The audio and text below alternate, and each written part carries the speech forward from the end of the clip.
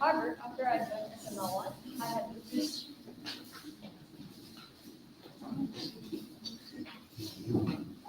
Ladies and gentlemen, let's welcome our MC for today, Lieutenant General Crispian Tandi and Colonel Stella Edwin Ford.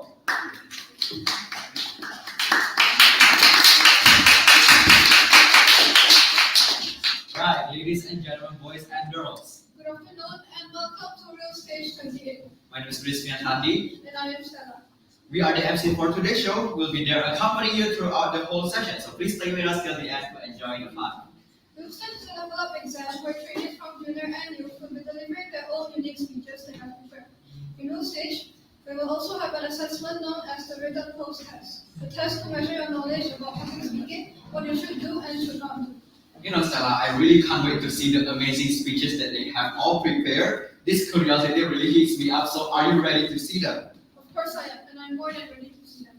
I know that all of you are very ready as well. I can even tell from their faces. When I look at every one of your faces, I feel that there's a huge burden of excitement and also a bit of nervousness as well. But worry not, ladies and gentlemen, that nervousness will go poof after you finish your performing.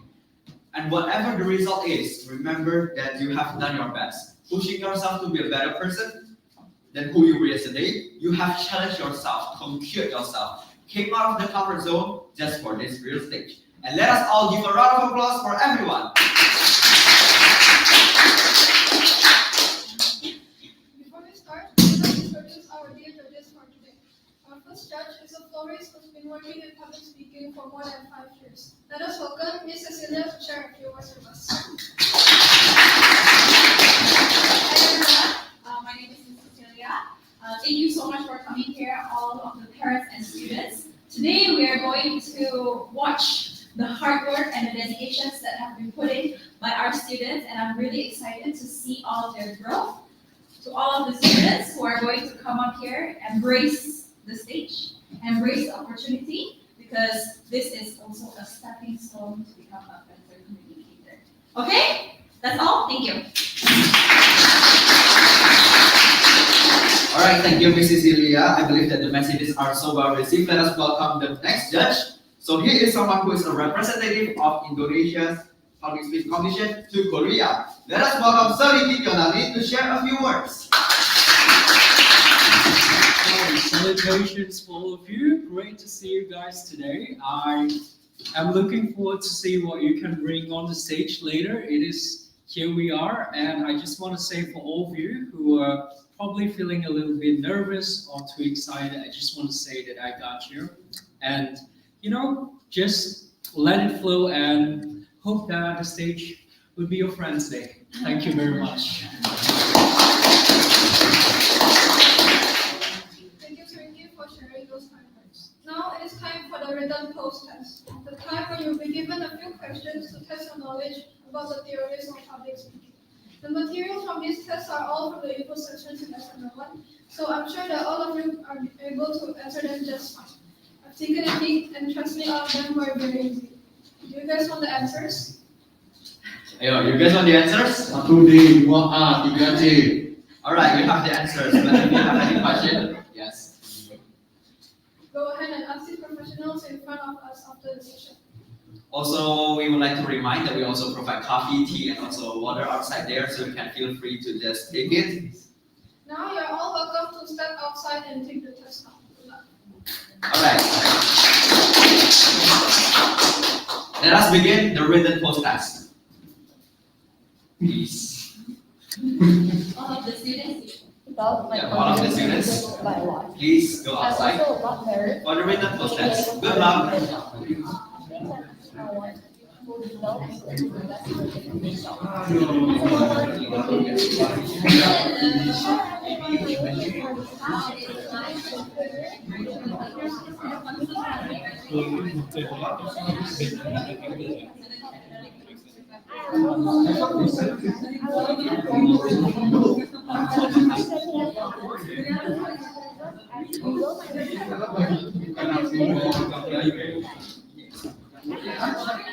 Yang penting aja langsung bahwa yang harus disamping lain itu ada sih.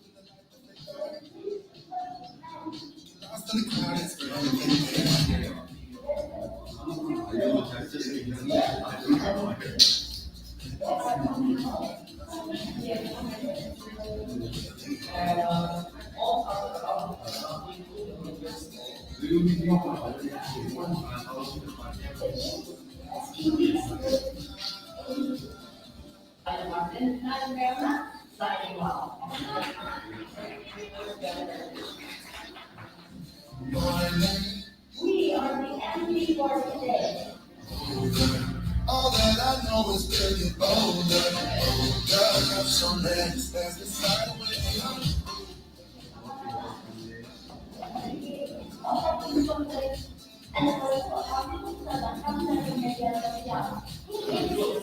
And use language and instruct the way you wish to talk about. So you can tell everyone a very great thing. standing in a blurry green. No one else can see us. So let's dance.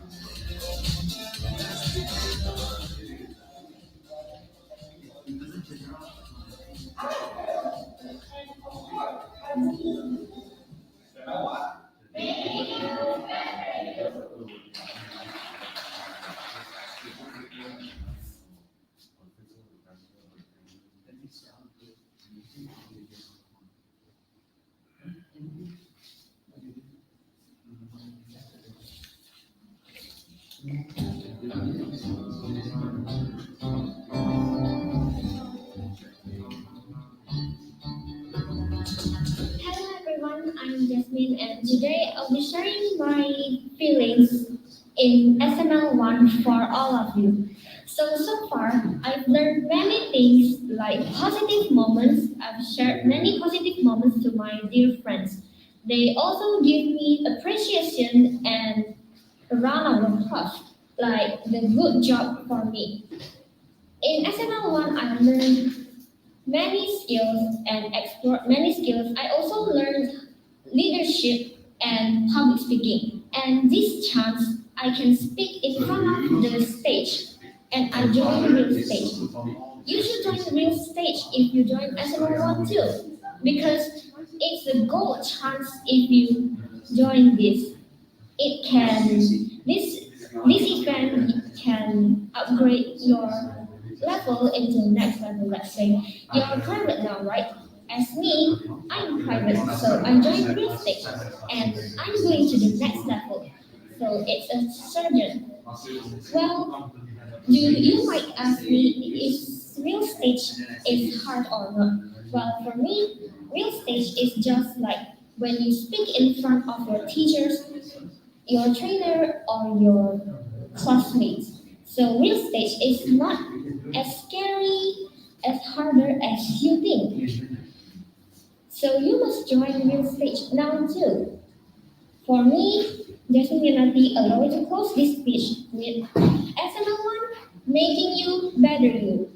Hi, my name is Kenzie. What I learned from SML1 and why real estate isn't as scary as you think. So what I have learned from SML1 is to be more aware of your timing, your manners, your skills, everything. So you might think, is real estate scary? I think why everyone doesn't want to go to real estate is because maybe some of you guys are nervous or just no confidence at all. But let me tell you something, real estate isn't as scary as you might think. Real estate is very easy, you just need to prepare for it. And yeah, just talk about what you like to talk about. As no one making you better you.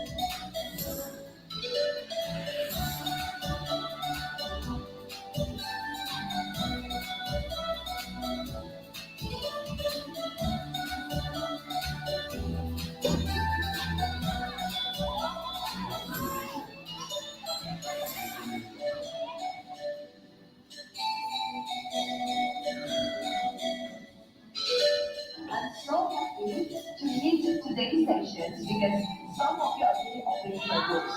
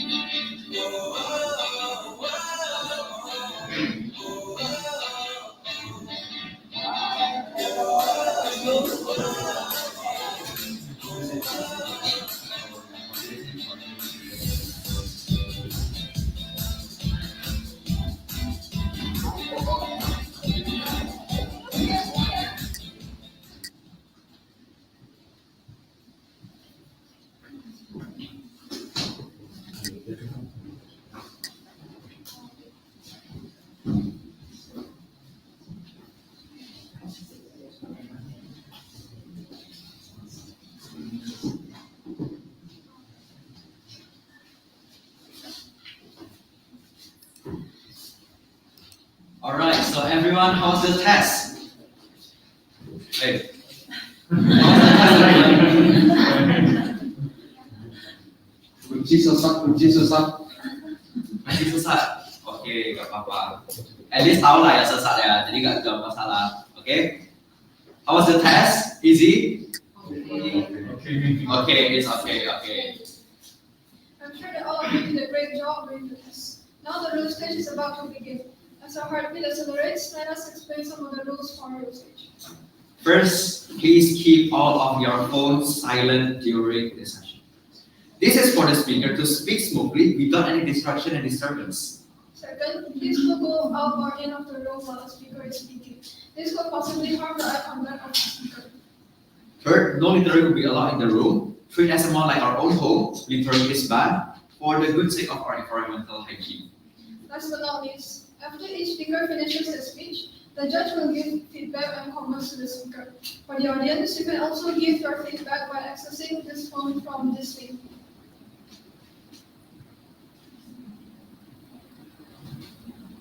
Yep, here is the link. Now we have the time limits. For the time limits for private, they can have about any topic for 5 to 7 minutes. 5 minutes lights will be green, 6 minutes lights will be yellow, and 7 minutes lights will be red. For surgeons, they can have any speech with the usage of PowerPoint, music, or property, all for 5 to 7 minutes. For 5 minutes to turn on the green light, 6 minutes for yellow, and 7 will be red.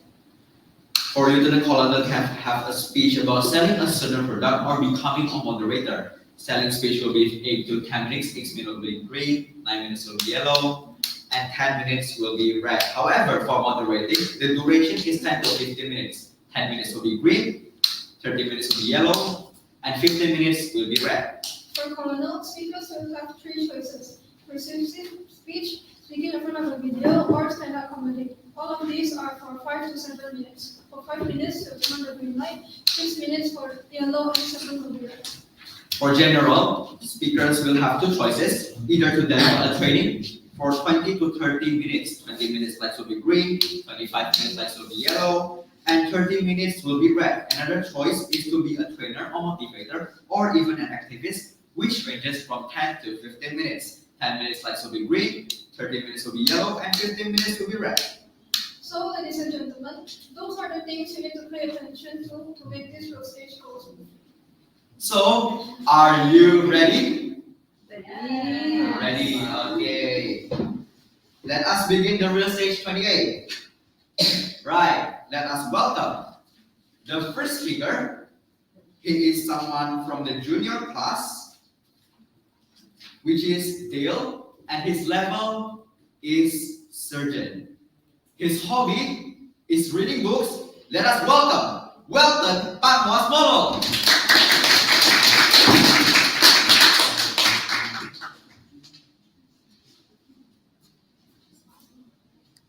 Welton Patmos, keeping the earth clean. Welton Patmos, the stage is yours. Good luck. Thank you so much. So, are you guys ready? Yes. Okay, let us start. 3, 2, 1. Keeping the earth clean. So, first of all, do you see any trash lying around on the road? Yes. Green. Where will this amount of trash end up in? Now, before that, let us discuss what causes the earth to be dirty. So, there's a lot, and the main culprit is trash. Trash can travel throughout the world: rivers, oceans, lakes, and etc. It can transport chemical pollutions. It can also harm the physical habitats. And it will harm the environment, of course. But the worst part is that the water will also be polluted. Smoke. Smoke is something that can harm the earth. So there's these tiny particles called aerosols that are lifted into the air that can affect cloud formation, leading to acid rain. But what causes smoke? Can anybody guess? Burning. Our friends. Correct. Like this. It can be from industries, car exhaust, burning land, and even burning plants. Now, harmful waste or trash bring us to the question: how or in what way will the earth be affected? Well, there's a lot. So one of them is animals are losing their place to stay. because as trash piling up the land and the environment, animals won't be having a place to stay and their lives will be disrupted. It can also lead to extinction, so it's really bad. It can also affect the sea. Do you know why?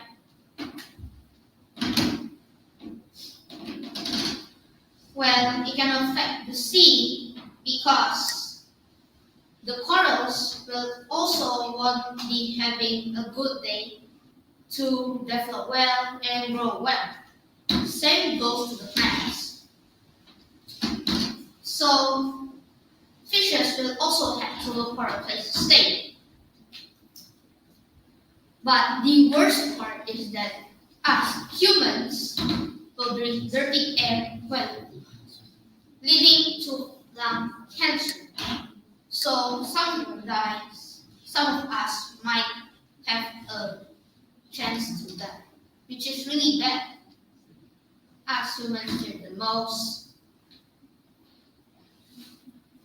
And what happens to us if the earth is sick? Does anybody know? Extinction. There is also correct. Natural disaster. Correct. So if the earth is sick, humans, plants, animals will also be sick. We can even contract incurable diseases. So some even we never heard about. It can also lead to a high death rate, which is really bad. So environment will also get damaged. So us like humans or some animals will also went extinct someday. But there is something that we probably fear the most.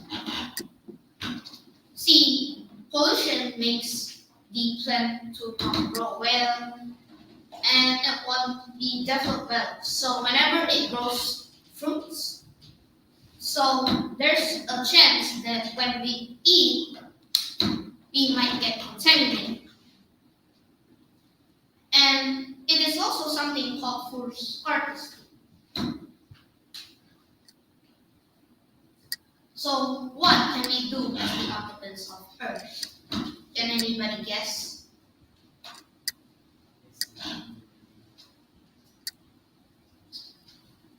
Well, the first thing is that we can reuse, and recycle. Those things are a great way to help the earth to be clean and healthy. We can also walk or ride bikes or use public transportation, and we can stop the pollution. We can use less air horns to save some energy. It's really beneficial. We can also use environment-friendly products like Tupperwares. Does anybody use Tupperwares? Yes. Nice. We can also participate in volunteering work, like cleaning the lakes. So there's this Team C's. So the impact is really big. We can start with our own house. Like I said, we can bring our own containers and our own water bottles. As the impact is really big, we can get a good air. We won't be having a dirty air quality too. And do you know what's the best thing is? Can anybody guess? Is that the earth will stop from deteriorating, the resources will have a short time, so will have a longer time to run out as it's really good. Like the oil. So in conclusion, future generations and current will be greatly benefited if you start cleaning the earth now. That's all for today. Thank you. Alright, please come on the stage. Stay on the stage.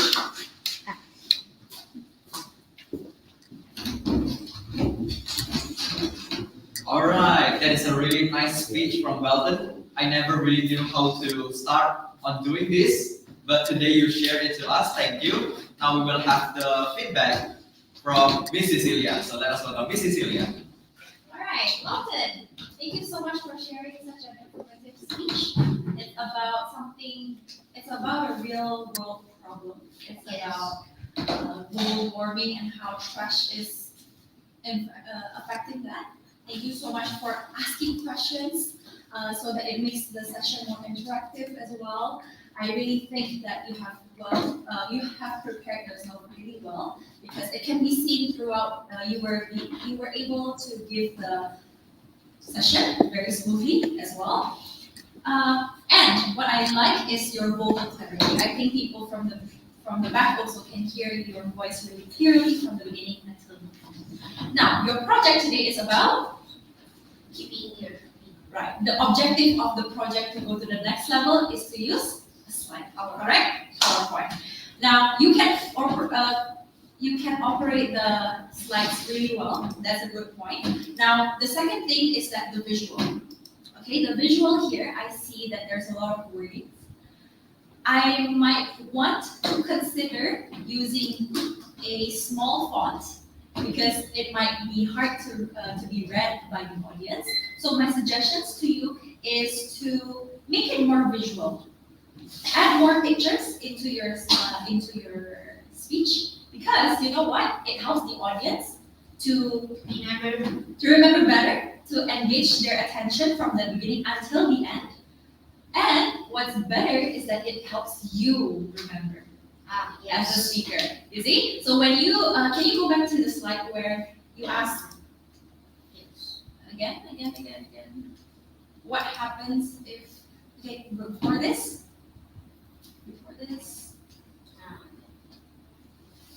Right. Okay. How does population affect the earth? So there are 5 things that you want to talk about, right? You can give animal losing their place to stay. Let's say, for example, look at Google, animal that is sad. You see, like it's more visually appeasing, and then habitats are disrupted. Let's say, for example, the forest becomes there's no trees, right? And then difficulty in obtaining safe and clean water. Just put a water picture. See? So it makes the PowerPoint clearer and also it engages the audience attention. Okay? I think that's all for today. Thank you so much for the informative speech. Thank you so much for your feedback. Thank you. Alright, let us give a round of applause. Thank you, Miss Cecilia, for the feedback. Now we will proceed on to 1 minute silence. In this 1 minute silence, you are told to feel the feedback. That is all from us for now. Thank you. I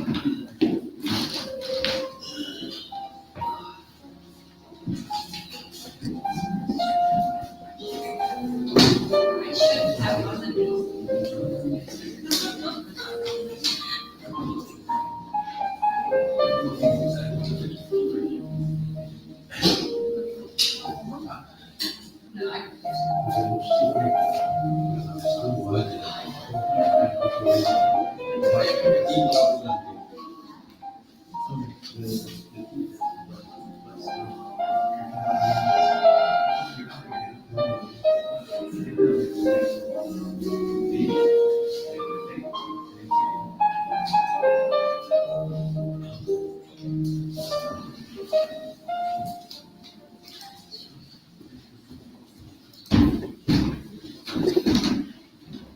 Our second speaker is someone coming from the Spielberg class and is in colonel level.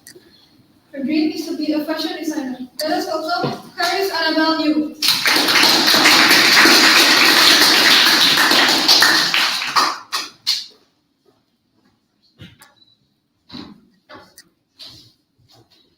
careers and about you, current lifestyle, careers and about you. The stage is yours.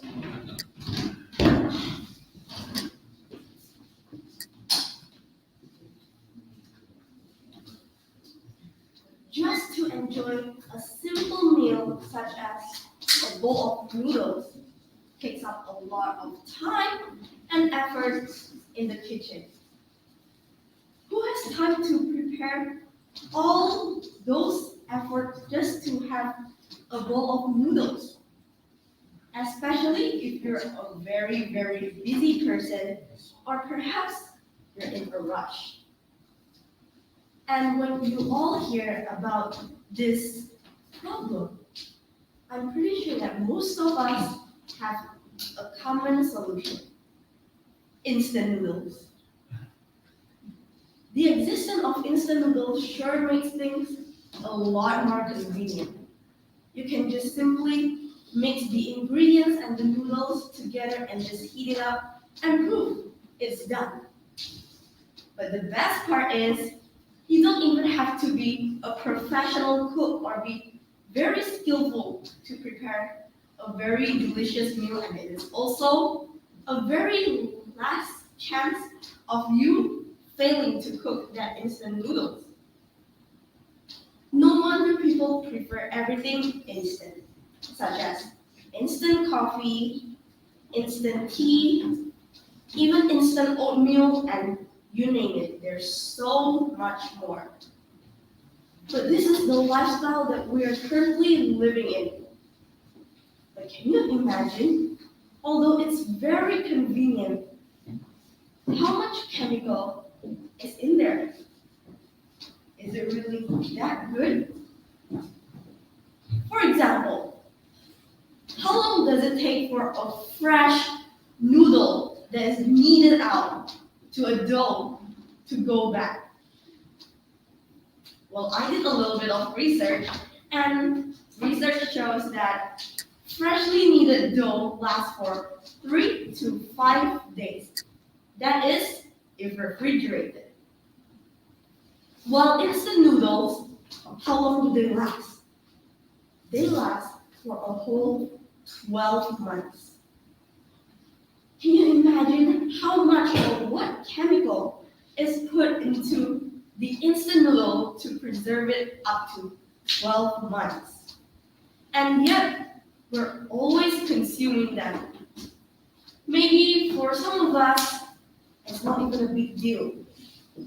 But it does affect us physically and mentally.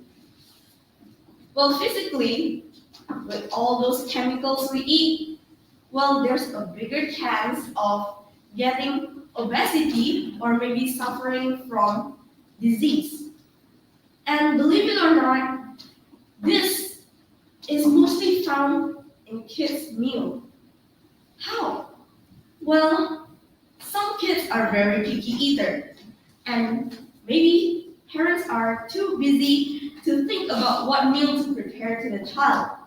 And the easiest and safest way is chicken nuggets, processed food, and everything instant.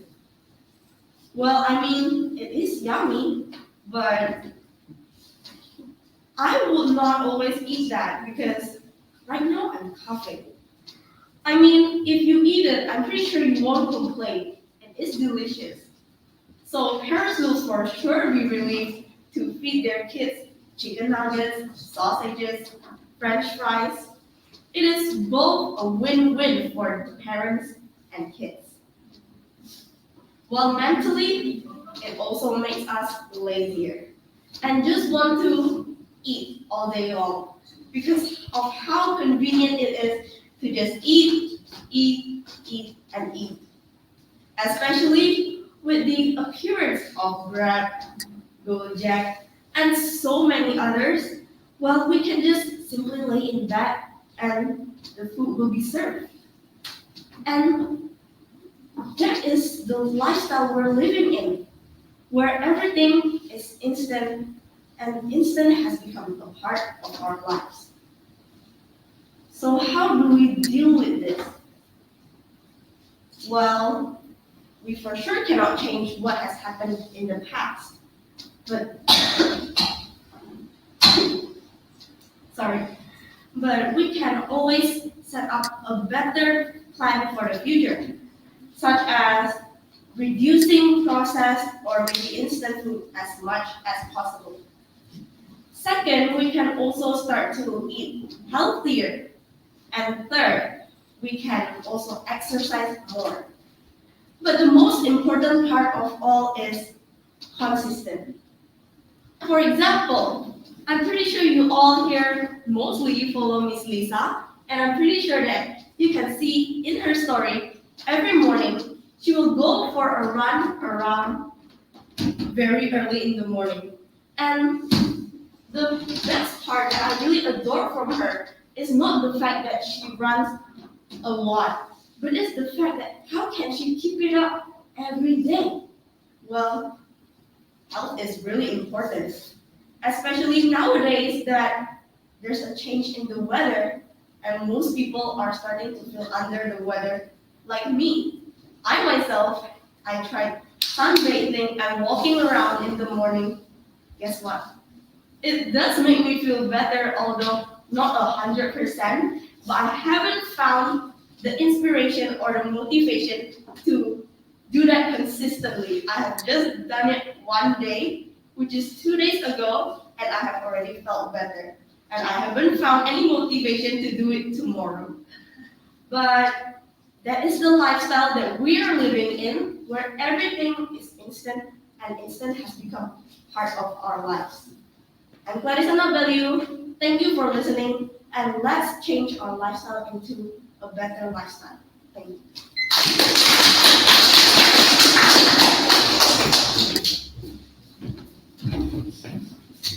A very motivational speech about our current national day review for speech. Now we can welcome Sergey for the feedback. All right. Yes, Clarice, I think this speech is very interesting. It was a persuasive kind of speech where you ask people to live a healthier lifestyle. And I think what makes your speech more interesting is the fact that you could make sure that each of the information that you give is very relatable to the audience. There's a very inherent emphasis and focus that you put on how the audience might accept your information. That's why you put lots of stories, your own opinions. You can relate it to Miss Lisa, which a lot of people know. I think that's a very good information in a way that it doesn't make the speech sound boring. So your speech is very full of color, and I love that about you. Now, when it comes to the delivery though, I feel like at times it would definitely use some pauses. There is a pause, but sometimes you might want to make a longer pause in order to make it so it doesn't seem too monotonous. Also might want to add some pressure. For example, we say stuff like firstly, secondly, and thirdly, so there's a variety in it. And also when it comes to stage anchoring, I felt like sometimes you are kind of hesitant to take the steps. And I totally understand the stage is not the biggest and it's also creaky. So my suggestion is something I always do if I got the opportunity. Usually when I would perform at the stage, if it's possible, I would come just a few minutes earlier and just stand on the stage and see how far I should go when it comes to the stage anchoring. Because I felt like just now when you try to walk around, it was just like one tiny step here, left and right. It's very hesitant looking. But I think when it comes to general public speaking skills, I think you have pretty much done an above average performance. What the feedback I'm giving is only to take you to another level. So I'm really looking forward to you.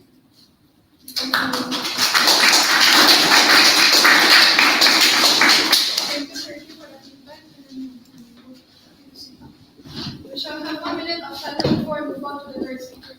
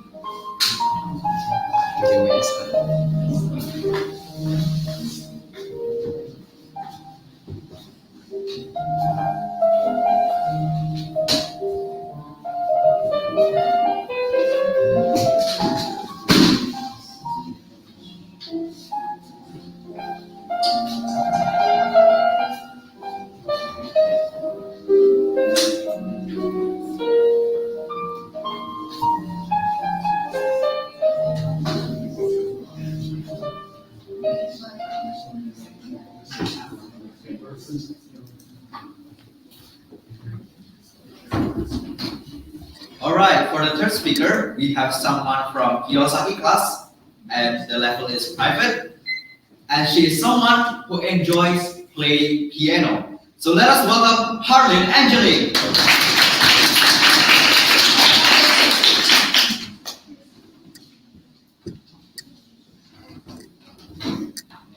Harlin Angelique, the key to success. The key to success, Harlin Angelique. The stage is yours, and good luck.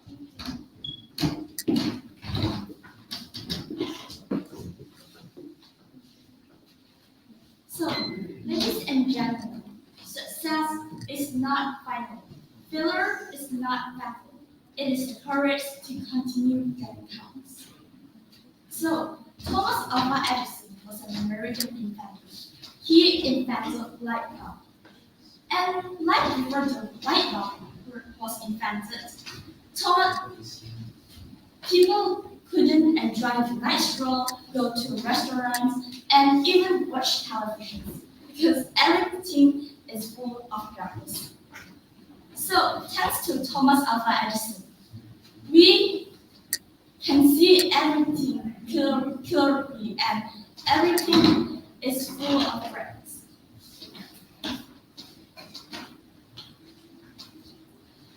There are a lot of things that we can learn from Thomas Alva Edison, from his spirit of never giving up. Never give up. Even though it seems to be easy, but in reality, it isn't that easy. In order to not giving up, we need to have the mindset. So there are a lot of people having the mindset of failure, and they think that if they want to fail, it means they will fail forever. So the mindset of a successful person is that they know that when they fail, it is really an opportunity for them to improve much better in the future. Ladies and gentlemen, success isn't just about a day story, but it's about more than that. Success is a process, because success is a process, then we need to enjoy every process of our life. So I believe that every step that we go through, of course, we will meet problems. And because of those problems, we learn from that problems. And we improve ourselves, we keep learning our mistakes, and we become a better version of ourselves day by day. So I remember when I was in primary school, I get a really bad grades for my math exam. Even though I have been trying really hard, but it's also the same that I got a really bad exam. But then I realized something. It's not that I don't understand or not that I am stupid, but it is because I used the wrong way, the wrong formula. So even though I keep counting and counting it, of course, when I use the wrong formula, I will get the wrong answer. So I learned a valuable lesson that in order to become success, it isn't just about working hard, but it is also to work hard and to use the right way to work smart. Ladies and gentlemen, if there is a will, then there is a way.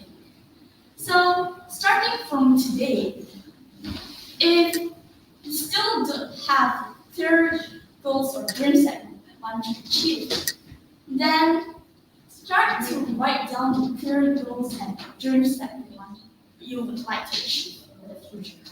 Because success isn't just about one day story, it is about a process. So I believe that everyone can be a successful person if they want and if they use the right way, work smarter and just work hard.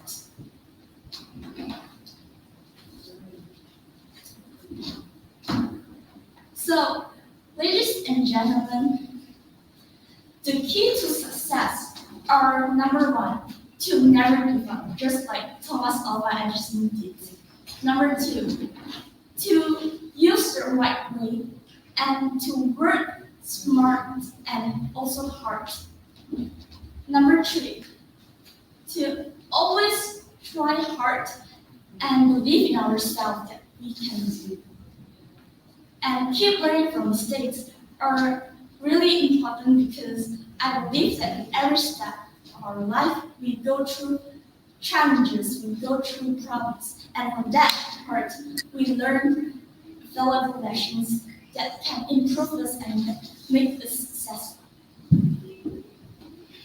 So, ladies and gentlemen, I believe that success is a process, and success is everyone, and success is what everyone can achieve. And starting from today, believe in your dreams and chase them. And that's all, and thank you.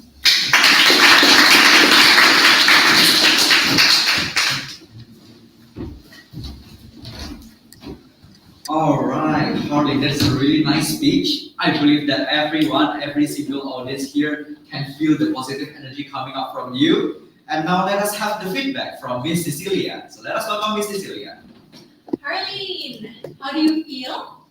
Great, Miss. Great. Okay. Do you feel relief a bit? It's already done.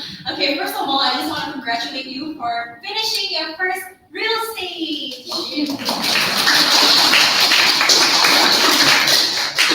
Harleen, your real estate this time, it probably might be the first a larger audience than the class. So I do feel that even though you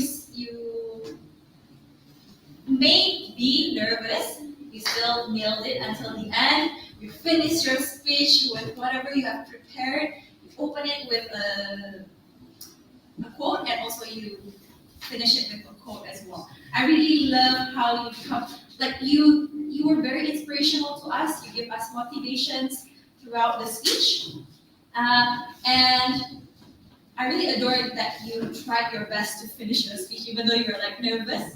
Do you feel nervous just now? A little bit. Okay. Now, Harley, the only thing that I want you to maybe improve in the future is stage anchoring. Stage anchoring meaning you have three key to success, right? The first one is to never give up. Second one is to use the right tool. And the third one is to always try hard and believe in yourself. You notice when you deliver the speech, you move to the stage throughout, and I think it would be more impactful if you move with purpose. So let's say, for example, you open up with, ladies and gentlemen, success is not final. Failure is not fatal. Then, when you go to the first paragraph, you move on to the left side of the stage, and then the second one is use the right tool. You can go to the middle, and then the next one is always try. The third one is always try hard.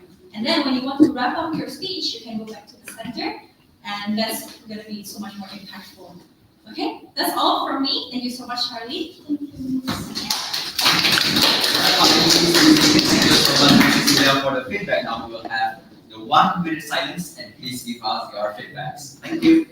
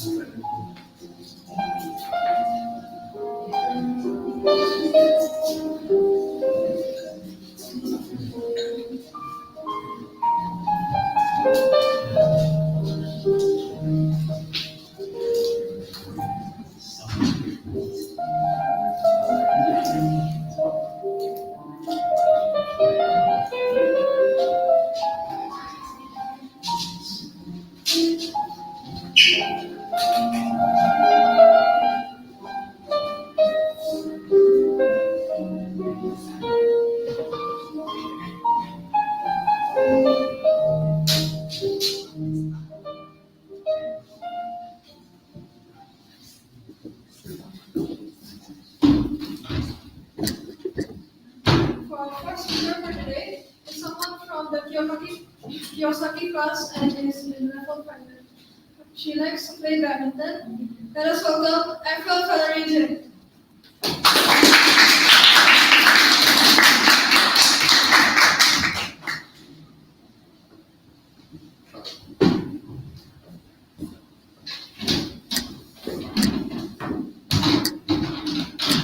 April Federici, body shaming, April Federici. The stage is yours and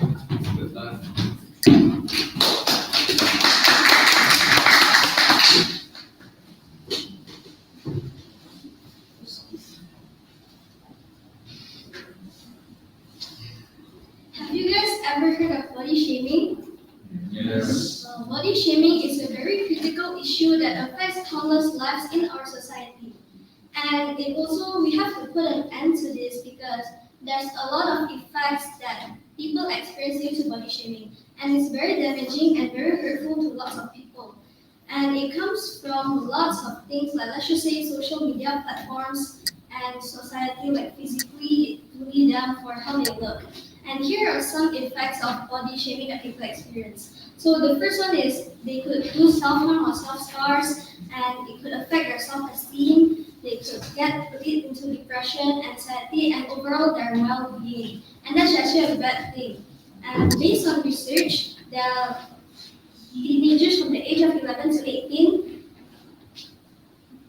did suicide due to body shaming. And an estimation was made about 5,300 teenagers per month.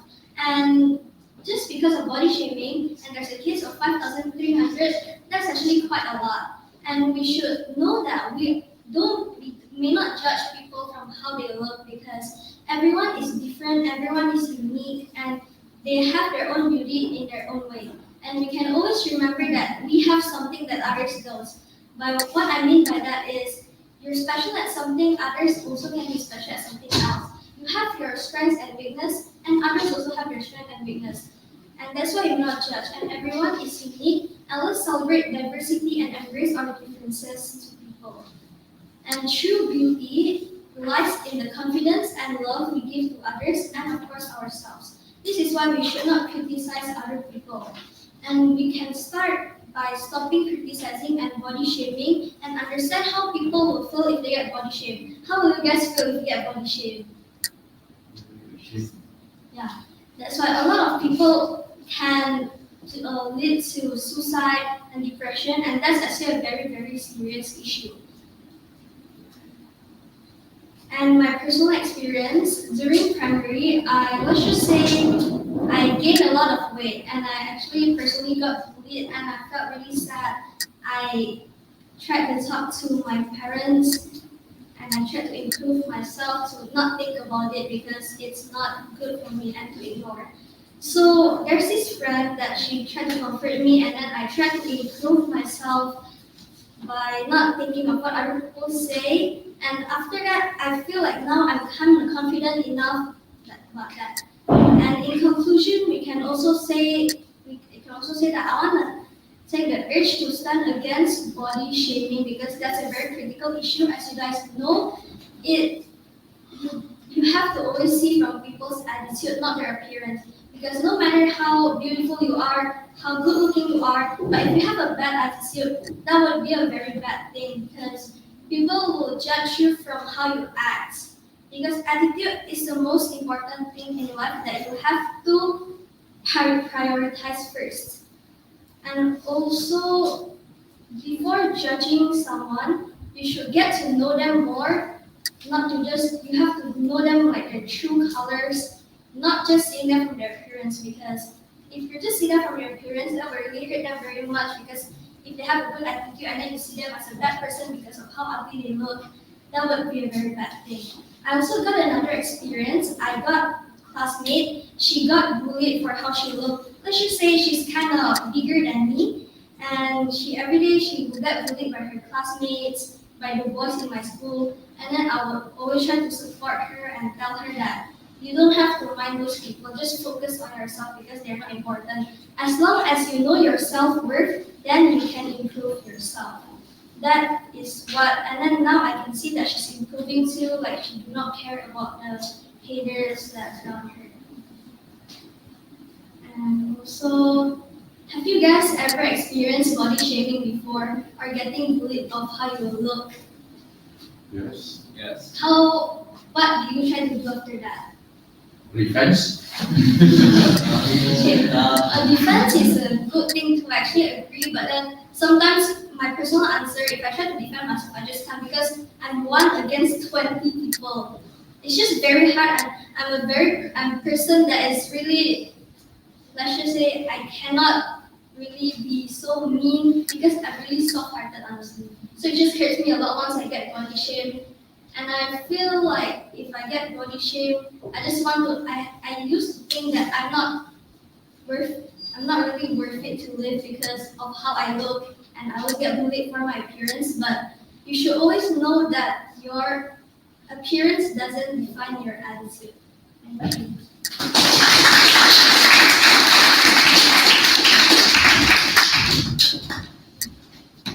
Thank you, Apple, for an amazing speech about appreciation. Now we will welcome Shariki for the feedback. All right, April, I think this speech is quite interesting. I grew up in an age where body shaming wasn't really regarded as a negative thing. So I grew up with lots of this kind of thing. In fact, I grew up, I used to get body shamed too in the past, and it kind of put some effect on me. So your speech really did bring some, I would say there's a connection I have with your speech. I think, in your speech, there's a very great balance between information and personal stories, which I think is very appropriately done in order to raise awareness. You also try asking questions to relate to the audience. And overall, honestly, from the beginning till the end, I was hooked towards your speech. So that's a very well done. I think there's lots of effort that's been put in the content of your speech as relate to the people who is going to be listening. Just a little bit of feedback I could give to you is try to put, I felt like when it comes to speech that where you wanted to raise awareness of a certain topic, you might want to put some pressures on some important points. So there could be some distinction that's being made so people could be aware of the impact that was done, since it could sound a little bit monotonous. One of the example where you could put on pressures is, for example, on the information where you're talking about 5,300 teenagers commit suicide. So you could say, so 5,300 students committed suicide over depression or those things. So there is a certain distinction that people can remember over the other thing.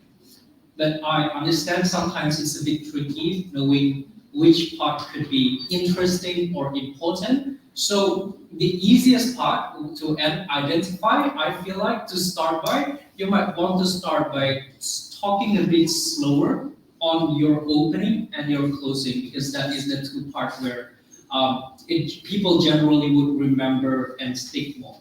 So I feel like especially on the message part, which is the closing, where you could speak a bit slower in order to it's just a few seconds additional to your speech, but it could elevate your speech to a whole new level.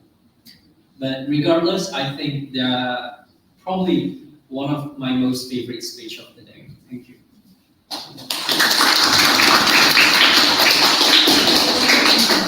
Thank you for the feedback, and now we will have 1 minute of silence.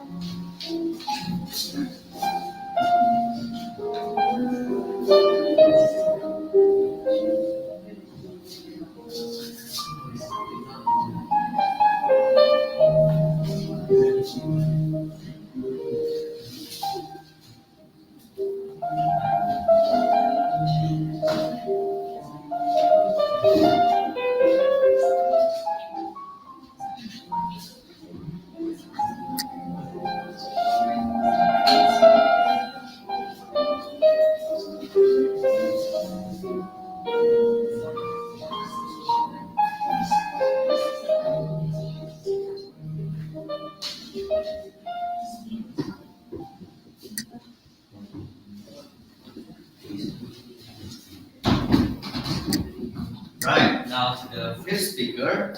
He is someone who is from the class of Kiyosaki and is currently in the private level. And his hobby is doing robotic. So let us welcome Hodrick Angelico. Right, Hodrick Angelico, procrastination, Hodrick Angelico. The stage is yours. Good luck. As Benjamin Franklin once said, you may delay, but time will not. And loss of time is never found again. Ladies and gentlemen, today I'm going to speak a topic that is quite relatable to all of us, procrastination. It is a word that it is the voice inside of our head that say, why do it now when you can do it later? Procrastination, it is the art of delaying and postponing tasks. You procrastinate important things and doing unimportant thing or less essential thing. And that short momentary relief could end up as a cycle of stress, missed opportunity, and unexplored potential. A classic example of procrastinating is a student who procrastinates for exam. We often procrastinate because we got distracted by things such as YouTube, TikTok, media social, and many more. In today's world, it is important for us to know what to do and to control ourselves and not to procrastinate. It is important for us to have our time, control our time management well and good. There is one time when it was the exam season. I got 2 weeks to study for the exam, and I fell into the procrastination trap. 2 weeks turned into 1 week, and 1 week turned into days. Then days turned into the day before the exam. And at that time, I was facing the panic monster head on. I was panicking and studying for the exam until midnight. Thankfully, I still got quite a good result, but I believe that I could even do better if I had not procrastinated. So here are some tips that worked for me to avoid procrastination. So first, set a clear goal and break large tasks into smaller tasks. Make a to-do list so that you know what to do and what that we need to do. Break large tasks into smaller tasks so that we wouldn't get overwhelmed and procrastinate. Second, use effective time management technique such as the Pomodoro technique. Work for 5 minutes and rest for 1 minute, or work for 2 hours and rest for 30 minutes. And the third one is make a productive place for study. Remove distractions such as phone and other reasons, or by muting the notification, or just set a time limit on your phone. This could help us to improve our time management and conquer procrastination.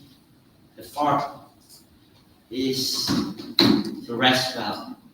With proper rest, we can think wisely and more clearly so that we could avoid procrastination. So, conquering procrastination is a journey that need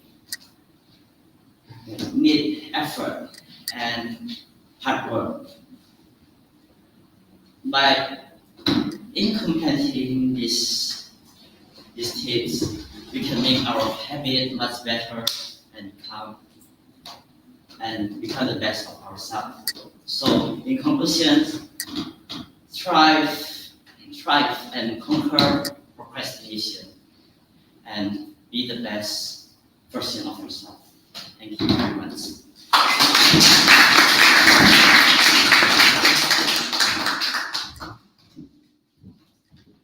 Right, thank you very much, Patrick, for sharing your topic and your personal story about procrastination. I also love procrastinating. So let us welcome the judge, Miss Cecilia, to give feedback. Patrick, I can tell that you were nervous. Is that correct? Yes, that's true.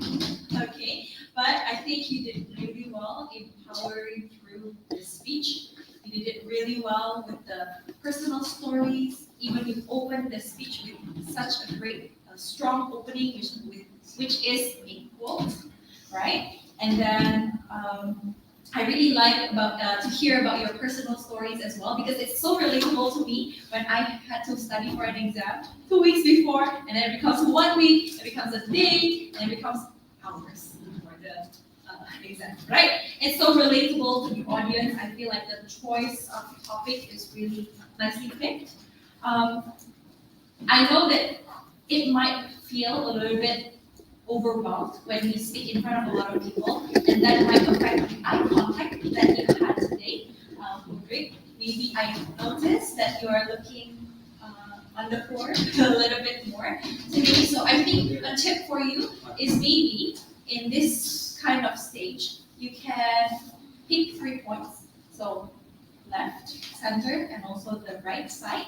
And then you keep looking at those points so that it can reduces your nervousness. Okay, because you might think like, who should I look? Who should I look? Are they gonna give me some faces, right? That right? So maybe before you start, take a deep breath.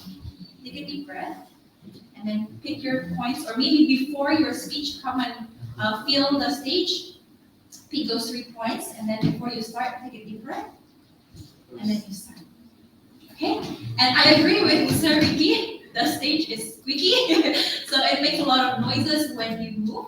I would suggest that you can anchor your stance on the stage so that you move with more purpose. Okay, I think overall, Roderick, that was such a good choice of topic, and I really enjoyed the speech. Thank you.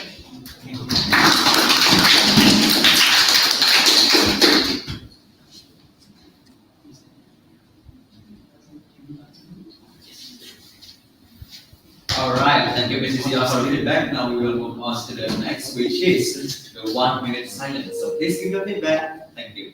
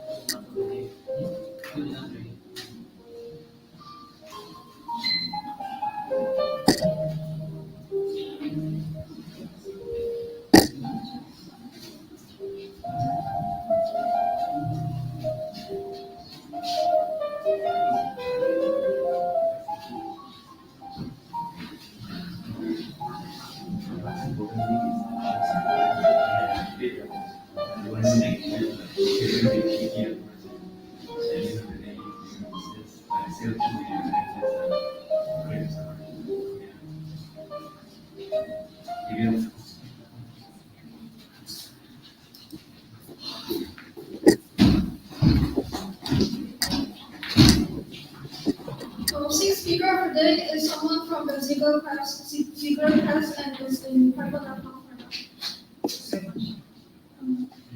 She enjoys playing the piano. Let us welcome Jolene Felicia Wong.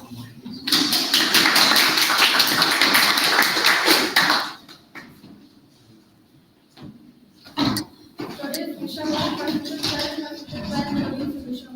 The stage is open.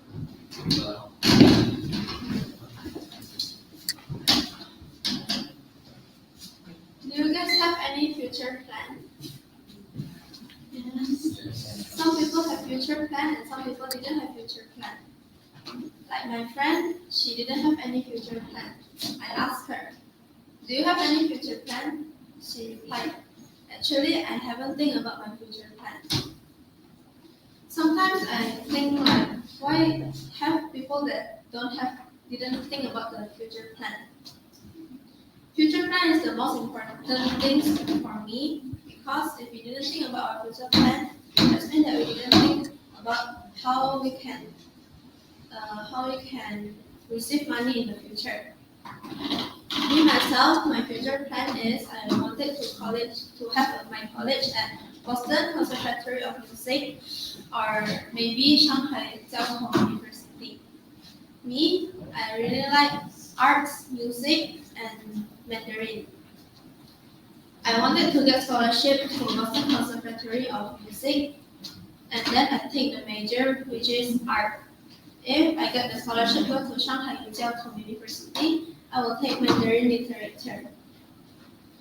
I asked one of my friends who is older than me, and now he is already have a college at Taiwan using scholarship. I asked, how do you get the scholarship? Then he replied, first you have to be confident, and then you have to work hard and be disciplined, and then you have to be realistic. What does it mean to be realistic? You have to know your ability, and then you cannot just like you see one university and then the university, let's say, is so famous, and then you wanted to get there so that you can show off to your friend, and then you say that I get into this university and I am so smart. But the reality is you didn't really like the major that you choose. For me, it's not used because if you choose the wrong major, you lost 1 year of your time, and then it is so bad for me. Before you take the scholarship and you choose the major that you wanted, you have to think first, you have to think twice. Because if you choose the major that you don't like, you can feel boring and you didn't enjoy it. If you choose the major that you like, you can feel enjoy, and then you can think about your future. So, I believe that everybody here also have the lazy things, right? When you are playing piano every day, I practice piano every day, and then sometimes I feel lazy and I sometimes think like, why I can't stop playing piano for just one day? Why I always play piano every week? And then my mother said that if you didn't play piano, what do you think about your future? And then I also think about it. Then I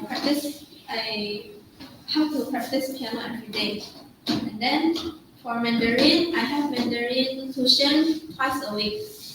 Sometimes I feel why I have to go this tuition because actually I have so many tuition, and then I feel so lazy, but after I enjoy Mandarin, I feel relaxed to write the Mandarin character.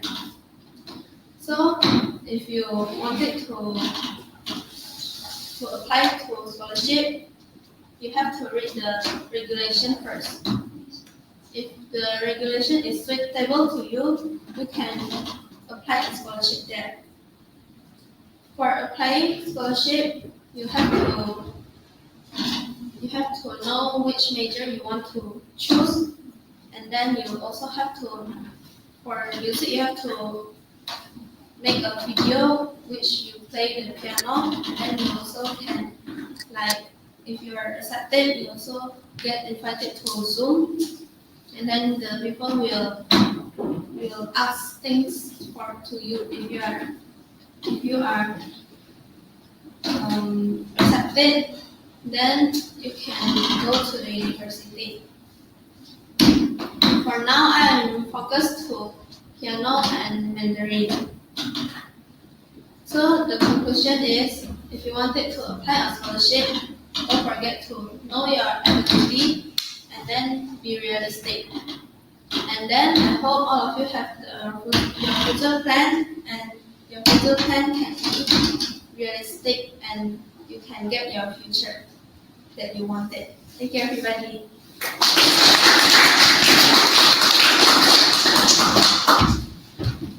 Great speech talking about the feedback.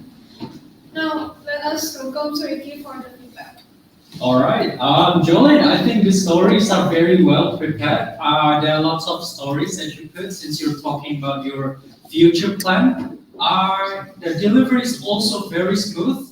I feel like what makes your speech stands out is the stories that you put. So there's a certain personal touch that you have in your speech that makes it stands out from the others. And I could really tell what you want to be and who you are in the future. I think that's a really well done thing to do. My only suggestions for you to have is, in a sense, try to talk forward a year. So what I meant to say is, since you have most of the speech revolves around your own experience, also try to put a little bit of emphasis on how other people could follow as well.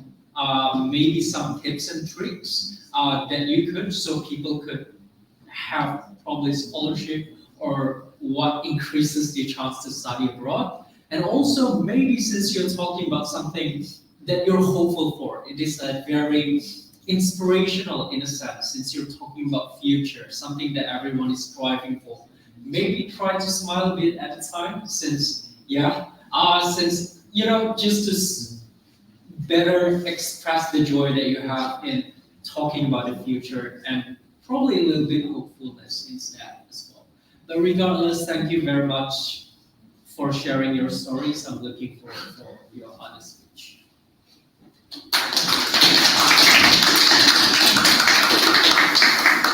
Thank you for the feedback. Now it's time for the 1 minute silence.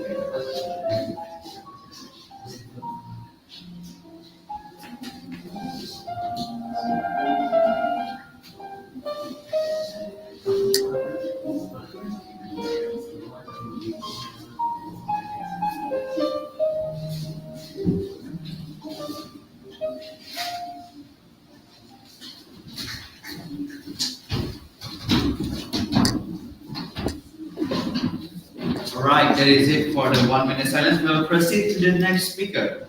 So the next speaker is someone from the Runway class, and the level is private, and she enjoys drawing so much. So let us welcome Valeria Fickle.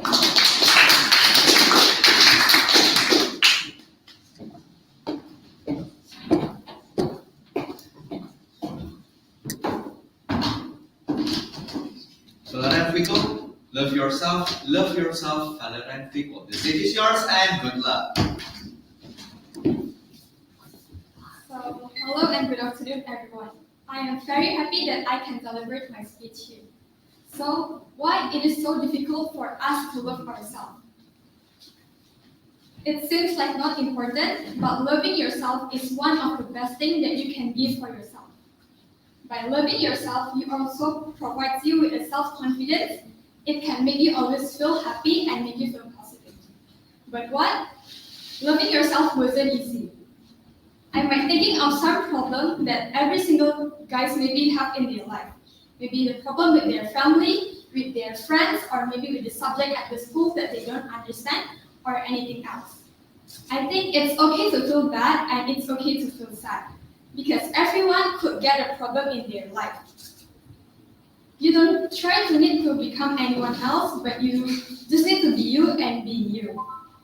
Because everyone works different, and if you try to copy someone else's life, it means you hide who you really are. So, getting to know who you are and be proud of yourself. Because if you don't love yourself, who's gonna love you?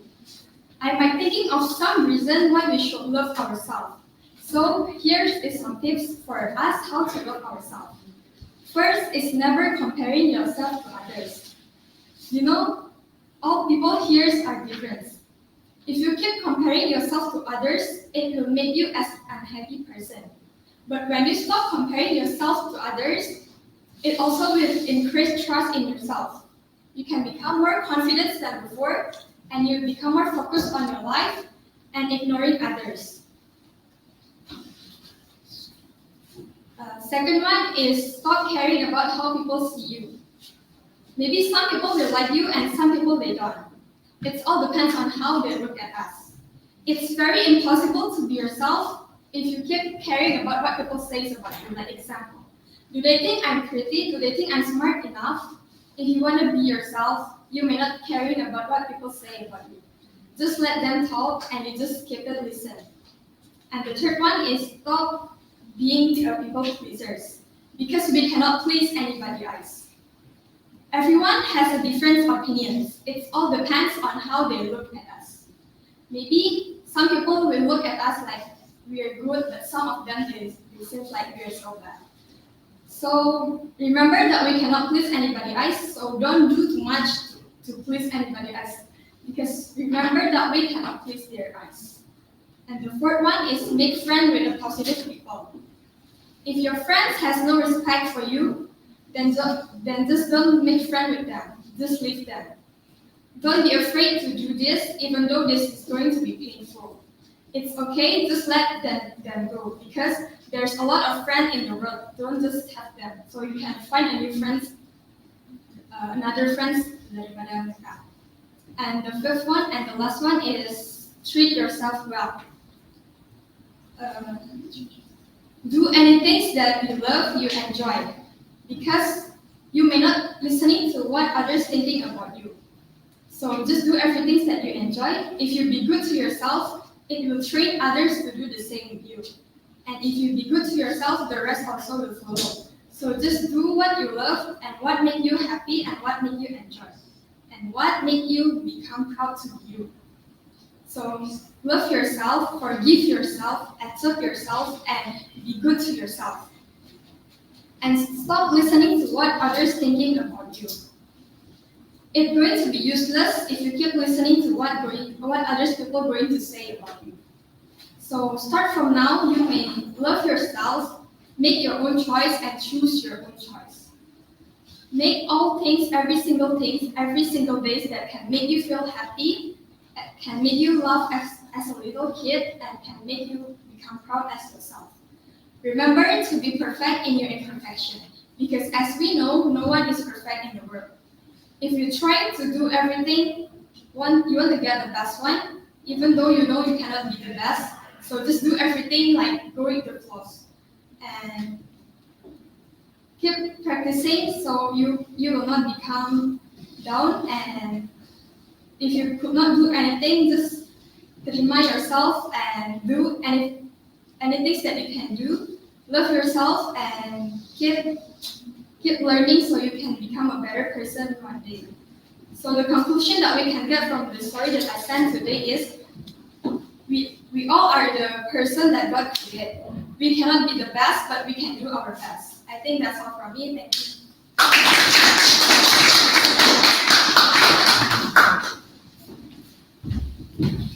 Right, thank you, Valorant, for sharing about your story. Loving yourself is not something that everyone can do, but thank you for sharing the tips to love yourself. So let us welcome Miss Cecilia to give feedback.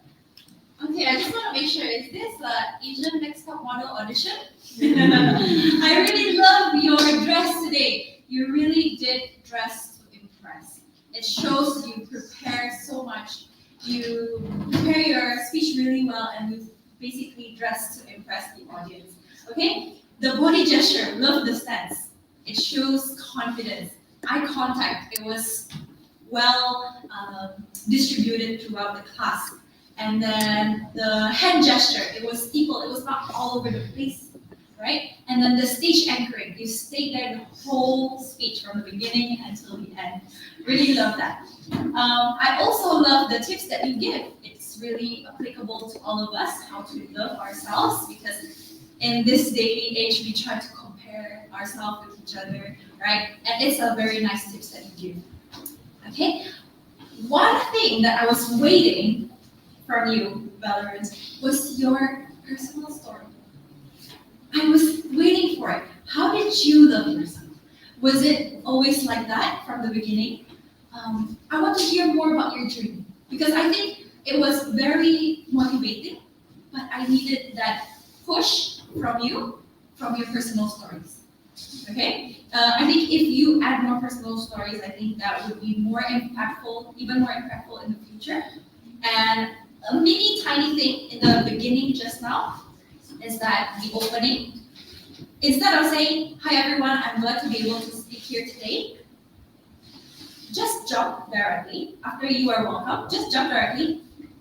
Ladies and gentlemen, why is it so difficult to love ourselves? Just jump directly into the questions, and that would be better. Okay? Overall, I really love your speech today, Valorant. Thank you so much. Thank you, Cecilia, for giving us the feedback. Now we'll proceed to 1 minute silence. And I would like to remind again, please silence your phone to avoid disturbance. And right, you can now proceed to the real stage feedback. Thank you.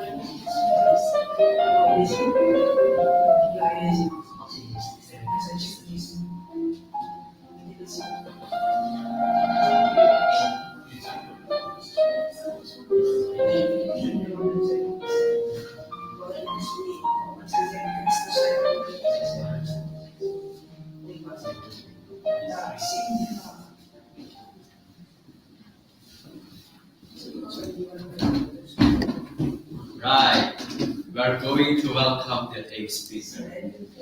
Alright, just kidding. We will have the ice breaking session. So this ice breaking session is really simple. We will only have exam session. So we will take 3 people, and of course there will be a prize provided. Right. So this exam session we only have 3 questions. So it means that we only take 3 volunteers. So, is there anyone who would like to answer the question? I would like you to raise your hands in 3, 2, 1. Seems like there is nobody who wants to answer. How about we ask Miss Ananda to pick up the participants? I'm not speaker.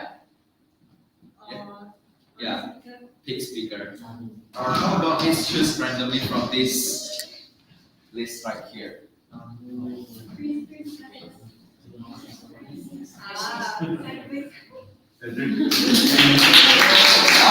the lucky person is Edric. Really lucky. Like, choose 1, 2, 3. 2. You'd like to choose 2? Like, Do you think social media is good or bad? We have 1 2 minutes to finish. this is your good luck.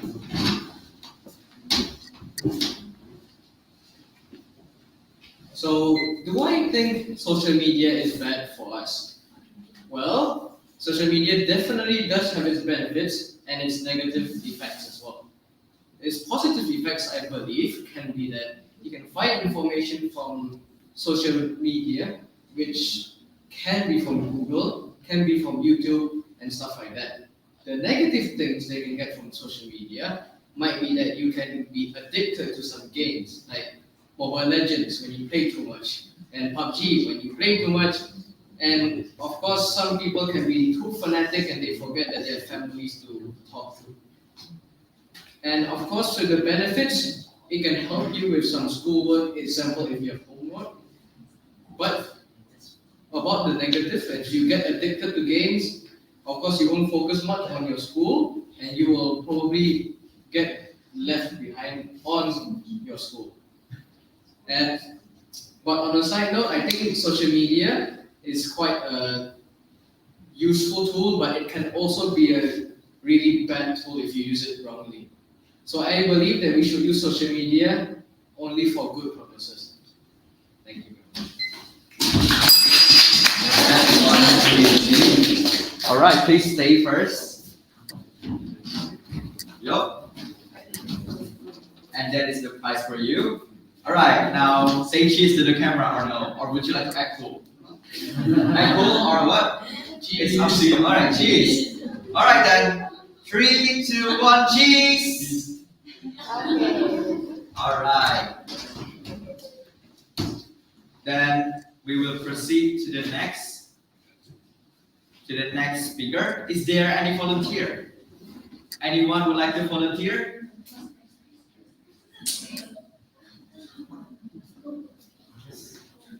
No volunteer? Should we ask the judges to pick the participant? Yes, no? Well, someone is pointing. Anyone would like to volunteer? No? I'll be counting to 3, 2, 1. All right, no. Then let us proceed. Miss Cecilia, please choose one lucky person to talk in front of the stage. Okay, I'll choose a number. How about that? All right, choose a number. 7. Number 7. So let us welcome Fela and Finkel.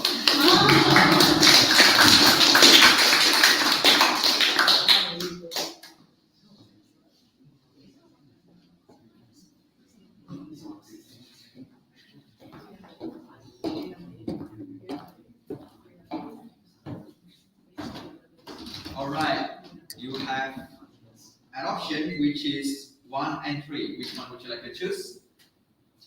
3. All right then. How important is privacy for teenagers?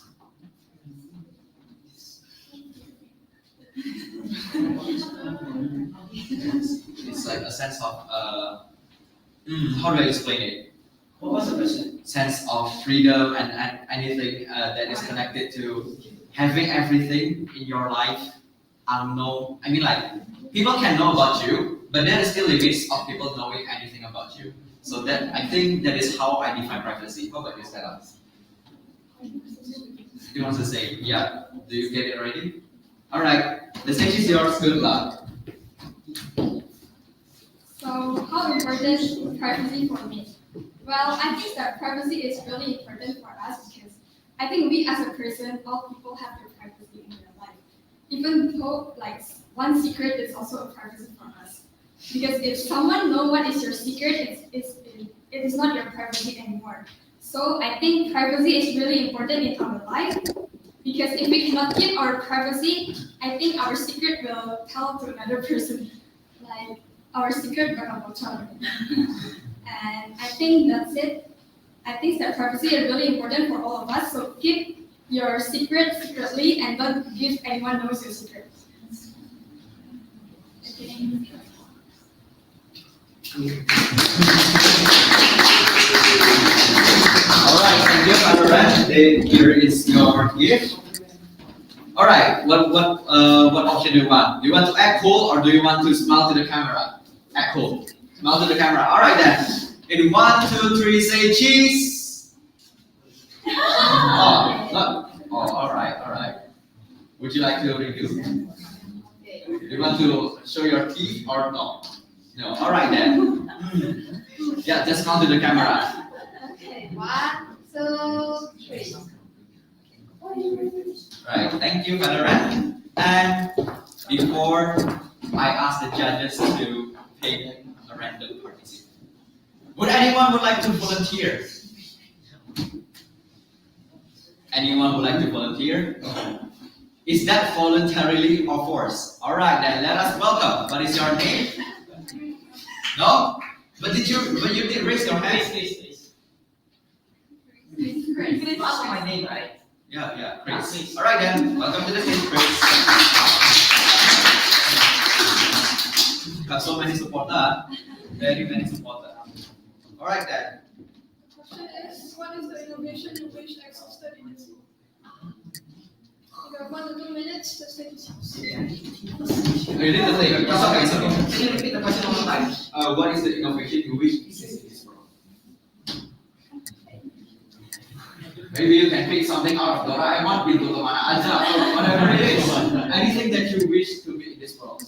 A teleportation machine, flying cars, or anything. Anything that you could think of. We have given you ideas. Alright then. The stage is yours. Good luck. Okay, so out of like everything I've seen so far, like both fictional and non-fictional, like the thing that intrigues me the most to this day is body augmentation. If you guys don't even know what that thing or term is, right? It's pretty much like replacing some of your body parts, like with, let's say, robotic parts. Like currently you see prosthetic hands all around. Like some people using prosthetic hands due to disabilities or whatnot. But like the dexterity of these prosthetic hands are currently currently very limited. So like I wish like people can I just wish that this topic, body augmentation, it would be like more advanced today, because this technology can greatly improve people's lives. Like as in like, I mean like for example, if you are weak in some parts, right, these parts or robots can like help you overcome your weakness and be an even better version of yourself. So that is all my answer. Please stay on the stage. Right. Before you take your photo, would you like to act cool or would you like to smile to the camera? Act cool. Lord dreams, April. Right then, give the prize to you. Yes. Hold the prize. And yeah. Act cool. Alright. I will not disturb you. 1, 2, 3. Right, thank you, congratulations. You can be seated. That is the end of our ice breathing session. Thank you for coming to the stage, voluntarily or involuntarily. At least that you have done really great in front of the stage. I thank you for that, and we should move on. The next speaker is quite coincidentally the same person that just went up yesterday. He is from Kiyosaki, and his mentor right now is surgeon, and he likes to study. Let us welcome Chris Ochalamu.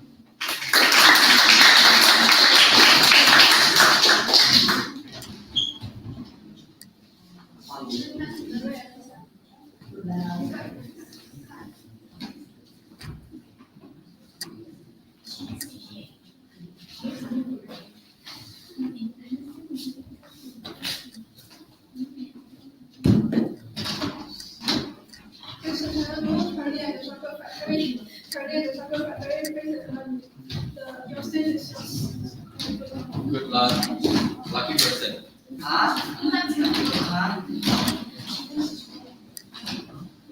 So many of you might be wondering what is this book that I brought to the stage. Well, this book, Charlie and the Chocolate Factory, as was suggested in also my title for this speech as well, was written by Roald, who is a famous children's novel author, a spy and ace fighter, and among others. So this book here is the story about Charlie Bucket. So Charlie Bucket, he is just a humble boy who was born into a poor family. And he also lives in a cottage at the edge of the town. And in that same town, a giant chocolate factory stands there. It's not just a chocolate factory, and it's just not just any ordinary chocolate factory. This sweets brand is the best of its kind, the best that you can find in all four corners of the world. So then one day, Mr. Bucket, Charlie's father, came back with extremely exciting news. 5 golden tickets distributed by Mr. Willy Wonka himself, the owner of the factory. He distributed them to 5 random chocolate bars, and whoever finds them will get a free tour to the highly mysterious chocolate factory, whom no one outside of the factory know about. So then, of course, the media was so hyped and they began searching immediately. But so on the first day already, the first day after the golden tickets were released, 2 people already found them. Augustus Loop, he is a greedy boy who loves nothing but eating. And our second one here, Miss Veruca Sol. Veruca Sol is a girl who was born into a rich family and is very spoiled as well. And then after these 2 children got their golden tickets, in the following days, two more children got their golden tickets. Violet Beauregard and Mike TV. Violet Beauregard is just a gum addict who got lucky in finding out these golden tickets, and Mike TV, just like Violet, is also lucky in getting the golden ticket. And as the name Mike TV suggests, he is a TV addict, and in the book, he is illustrated to have lots of toy guns strapped onto his body. As I remember, if I'm not mistaken, it's 18. So then after the 4th golden ticket was found, no more were found in the following months. And during the winter, Charlie's family started to struggle a lot. Mr. Bucket lost his job, and then after that, the family just slowly begins to starve. And then, like, on one fateful day, when Charlie was going back home, he came across a 50-pence note, which was half buried in the snow. He checked if anyone was concerned enough to be looking for some lost money, but fortunately for him, there is no one. So he just takes that money and just runs to the nearest store and bought his favorite food in this entire world, Willy Wonka's chocolate bar. So he bought one and he just on the spot ate it in just a matter of like 3 seconds. And then he bite another one, and as he just tears open that second wrapper, gold glistens before his eyes. The 5th golden ticket was found. Everyone tried to buy him that golden ticket, buy his golden ticket away, but the store clerk just immediately told Charlie to go back home. And so Charlie did. Once Charlie returned back home, his family was just the most excited, like pretty much the happiest family for that moment. So after that, right, they read the terms and conditions of the golden ticket, which also included bringing 1 or 2 guardians, which Charlie chose, which means Grandpa Joe is the one tagging along. So the day arrived, and Mr. Willy Wonka happened to just welcome them very warmly, and of course the tour went as usual. But then one by one, all these 4 children, aside from Charlie Bucket, exhibit repulsive behaviors. And of course this leads them to being like suspended from the tour because, like, for example, Augustus Blue, he didn't listen to instructions and fell into a chocolate river. Veruca Salt, Also didn't listen to instructions and tried to take a squirrel by force. Violet Vanguard also did not listen and just recklessly chewed some experimental gum. And then my TV again also didn't listen to any instructions and just straight up split himself into a million pieces. So then, upon Mr. Willy Wonka noticing that Charlie was the only one left, he shook Charlie's hand in the most frightening way and congratulated him, and also gifted him the factory. Mr. Wonka also stated the reason that he decided to distribute these golden tickets is to find an heir to his factory and his business. So personally, this book right here, right? It's very old already, right? But this will always be like one of my favorite books ever, because like the amount of times I've read this already is nothing compared to other books that I've read as well. I used to like reading books a lot, and this is one book that I would like to recommend to you all, because it reminds its readers to like always be obedient and to always like act after thinking as well. That's all.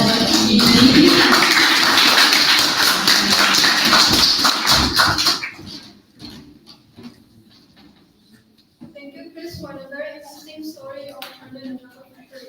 Now we will welcome Sergi for the feedback.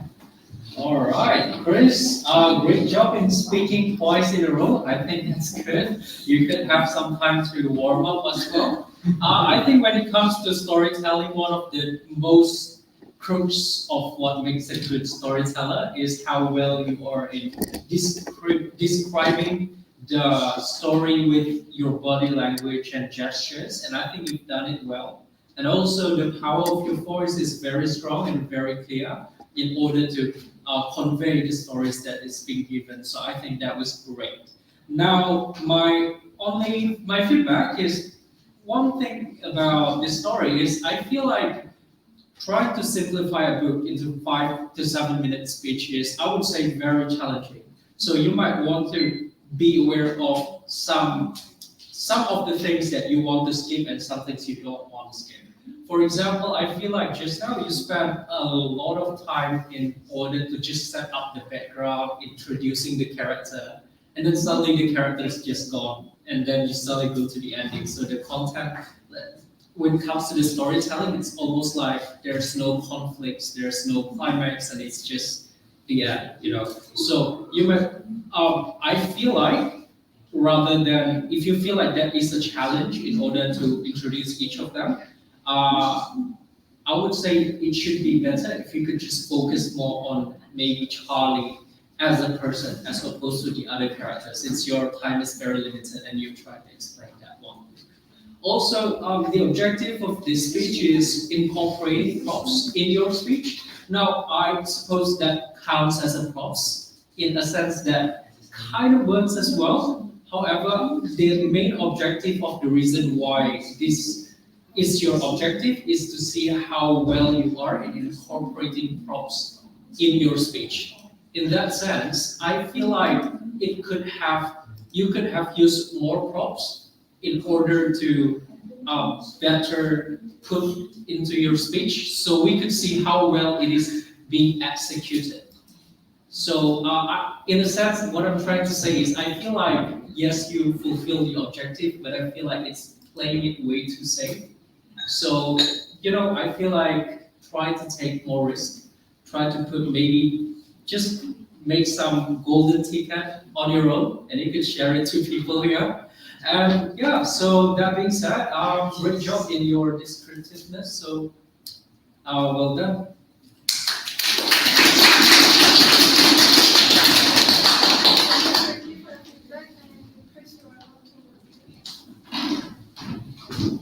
Next, we shall have our 1 minute of silence.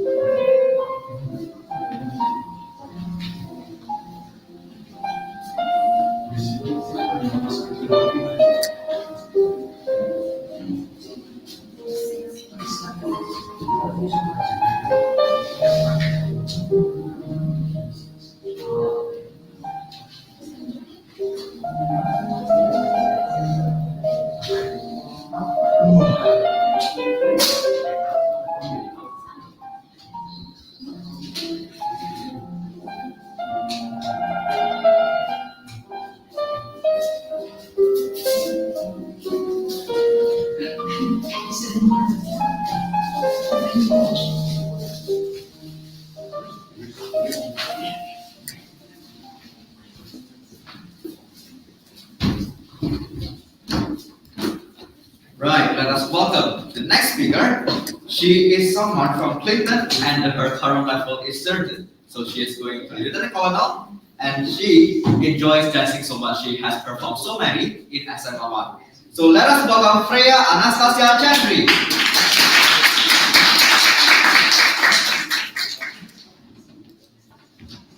Right, Freya Anastasia Chandri, healthy life, better life. Healthy life, better life. Freya Anastasia Chandri. The stage is yours. Good luck.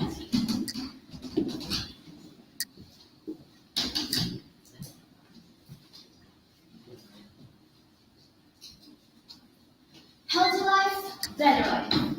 Until the age of my 15, when I just realized how important is healthy life. Well, who here wants to get healthier every day? Yes, I know everyone wants to get healthier every day. And do you know what is healthy life? Healthy life is the way of living to reduce the risk of being ill or even early death. So, here's some. So, how can we get healthier? And here is some basic tips that we can do. For the first is eat healthily. And you can see that at these pictures, there are some kinds of proportions of food that we can consume, such as fruits, grains, vegetables, and also proteins. And at here, there are some kinds of cheese and also milk. And do you guys eat rice every day? Yes. Yes, of course. But why? Rice isn't included here. Rice is included carbohydrates, right? So actually, carbohydrates are very important in our body. But if we consume it too much, we can get a very bad metabolism health. And also, you can see that here, this is the example of normal portion of foods. If we eat too much, of course we can get overweight, and if we eat too little, we can get a very less nutrition. And also we have to very pay attention on this. And for the next one is still eat healthily, which is don't eat too much junk food. As you know, children nowadays likes to eat snacks, right? Anyone here likes to eat junk food every day? Yes. So actually me personally, I used to eat junk food also. But after I know the bad effect of junk food, I start to seldom to consume them. Because actually there are no nutrition on the junk food. But we sometimes can't hold it because of the taste, right? The tastes are very addictive. But for those who like to eat junk food or like to eat some snacks, you should reduce it so your health could be better. And also, the second one is drink much water. So I have do some research that each person needs to drink minimum 2 liters each day. Because water helps us to minimize our temperature, like control our body temperature, and also help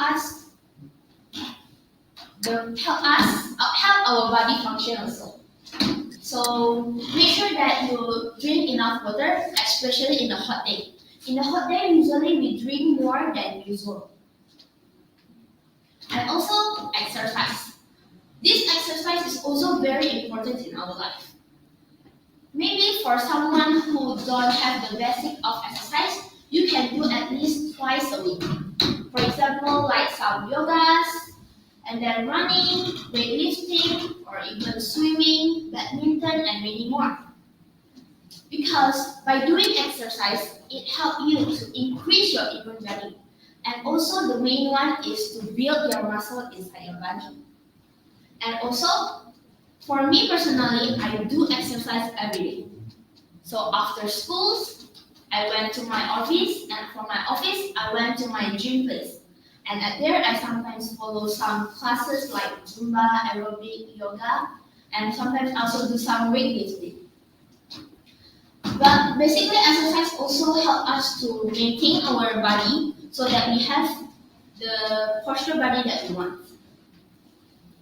But what if we don't do the basic of healthy lifestyle?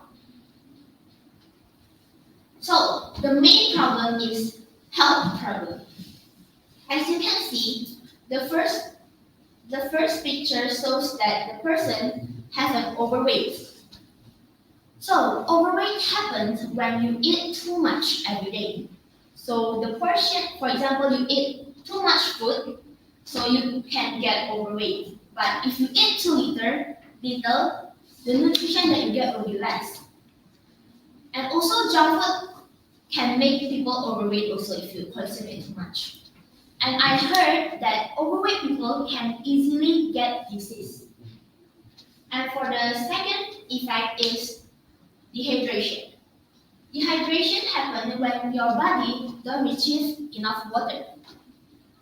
So basically, if you don't get enough water inside your body function can run well, and it takes you to sickness or can be.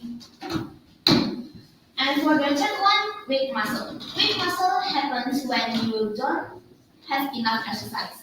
And the very dangerous one is these weak muscles can make you to get a heart disease. And you know that heart disease is very dangerous, right?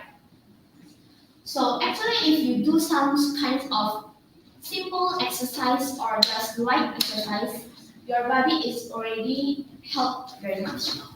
So basically, this all effect goes to the disease. And you know that. So, healthy life, better life. I'm sure that all of you, if you apply those tips on your daily life, you can be a better person. Ladies and gentlemen, let us say together, 1, 2, 3. Healthy life, better life. Yes, I'm Freya Anastasia Chandri. Thank you for listening to my speech.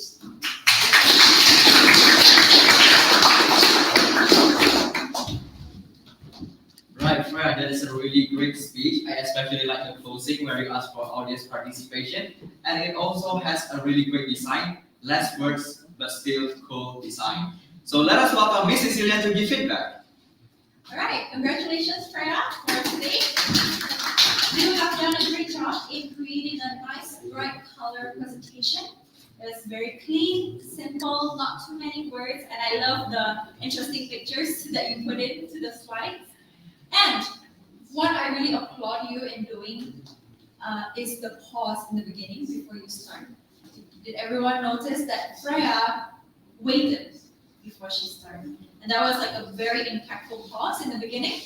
Very nice way to attract the audience attention. Now, there's a lot of information in here, right? And sometimes it might be hard to remember. So I think that could also go with why you keep looking into the slides. And I think it would be better if you can just focus on the 3 things, okay? So let's say, for example, tips and tricks to stay healthy, stay healthy and have a better lifestyle. And then, basically, you remember how, what's the impact, and then closing, right? So that you can focus more onto the audience.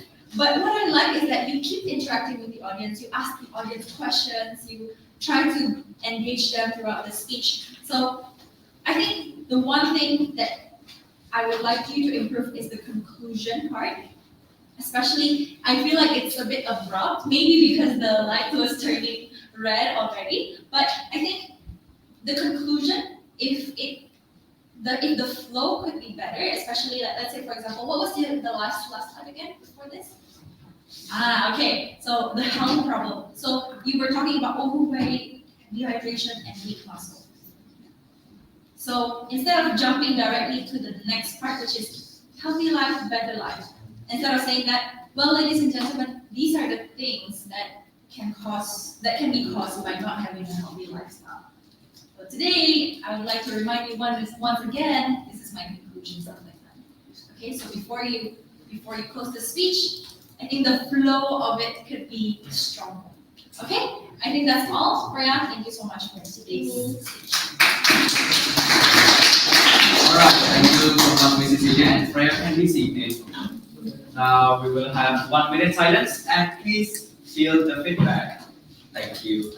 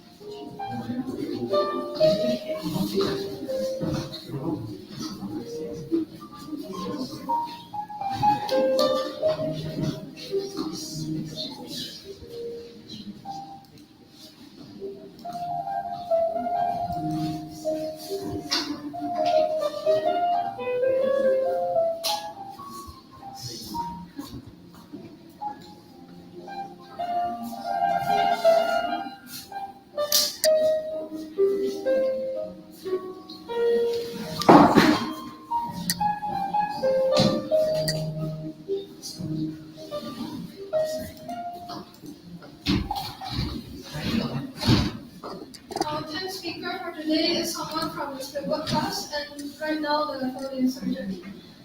And her hobby is to read books. Let us welcome Louis Lane Norimba.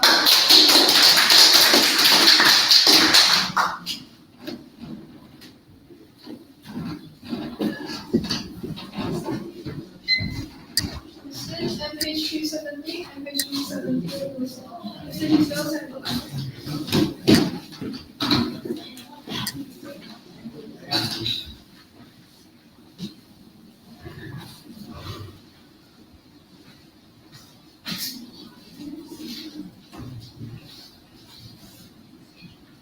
Imagine your loved ones boarding a plane from the other side of the earth.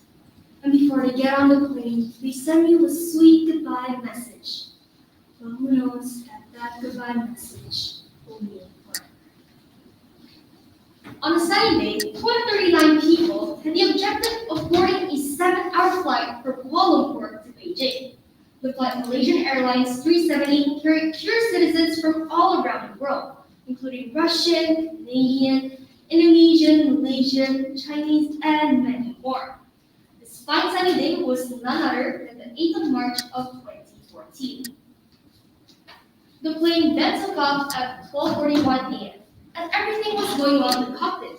The pilots were reporting the current state, altitude, and conditions of the plane, until Captain Zohari says infamous last words at 1:19 a.m., which was the Malaysian 370. At 1:22 a.m., the plane disappeared from the ATC radar scans. However, it was still tracked on military radar, as it was seen that the plane had abruptly changed its course of direction from its initial northeastern course to the west, crossing the Malay Peninsula.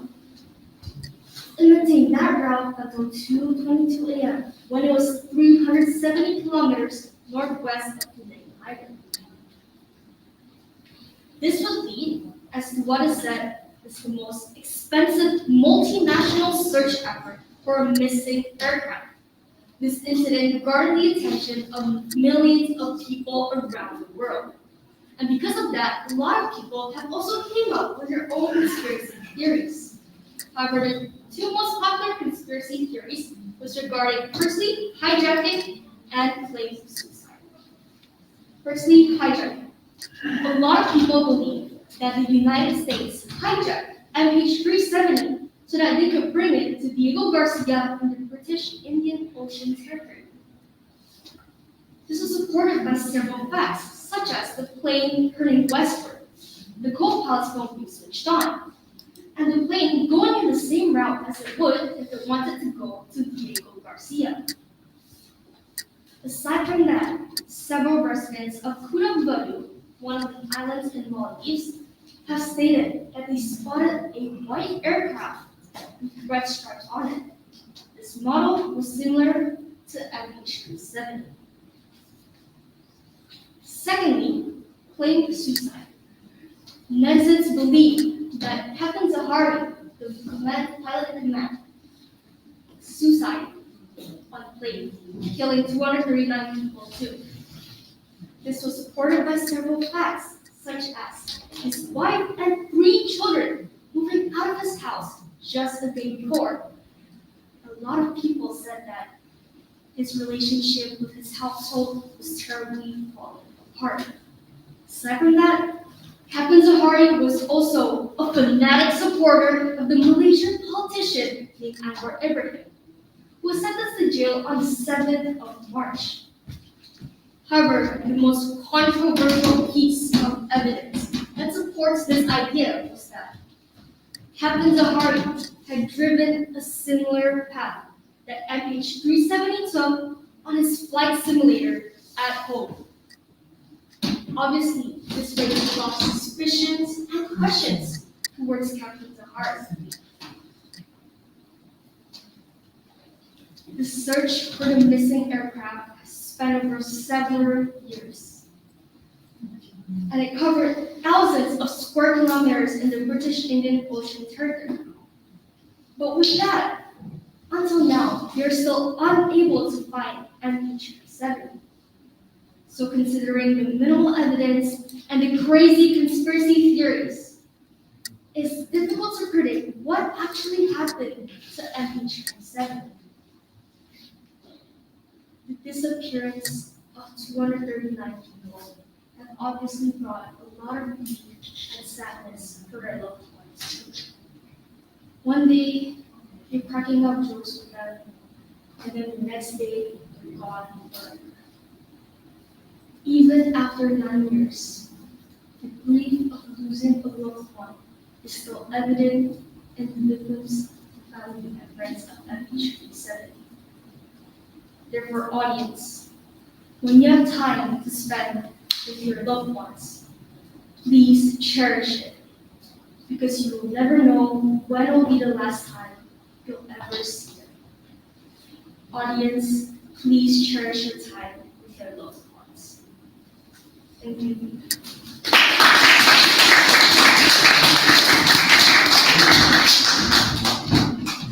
Such an interesting story behind the tragedy of the aircraft MH370, ending with a very, very great message. Now let us welcome Nikki for the feedback. All right. Well, Luis, I feel like it was an informative speech, but the way you deliver it, because one of the main issues people usually have when they're delivering informative speech is that there could be too many information, it could get a bit boring. But I don't feel that in your speech, because the way you deliver it is very creative. There's a narrative way of delivering. You started off and ended with stories, so it made us feel like immersed as part of the people that was involved, as part of the information you were giving. So that was very great. I think you also don't focus too much on the slide as well, despite having so many information to deliver, which tells me that you're just so well prepared in order to deliver this.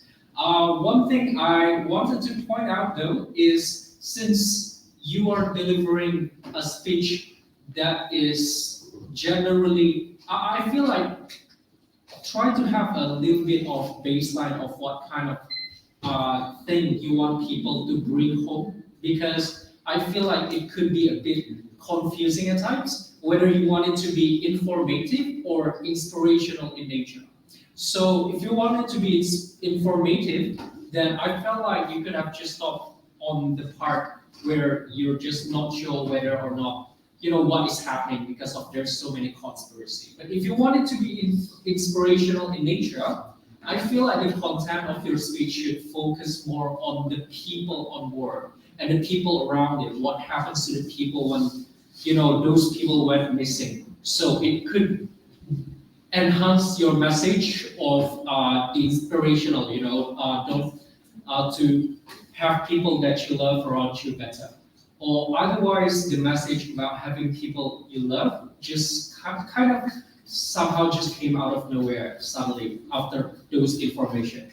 But regardless, this is by no means bad, but I feel like your speech, in a sense, is very, very good already. The delivery, I felt like there's almost no There's no delivery. I felt like it was almost perfect when it comes to delivery. Your body language, your power, and your vocal, there was so much focus that's being put into it. So, just keep it up.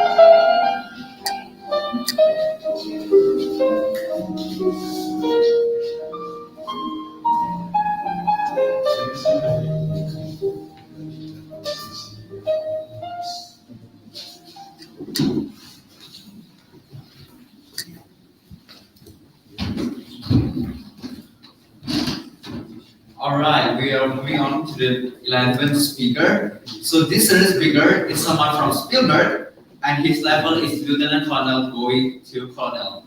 He enjoys joining Science Olympics so much and also a chess nerd. So let us welcome Richmond Ocean Sudilan.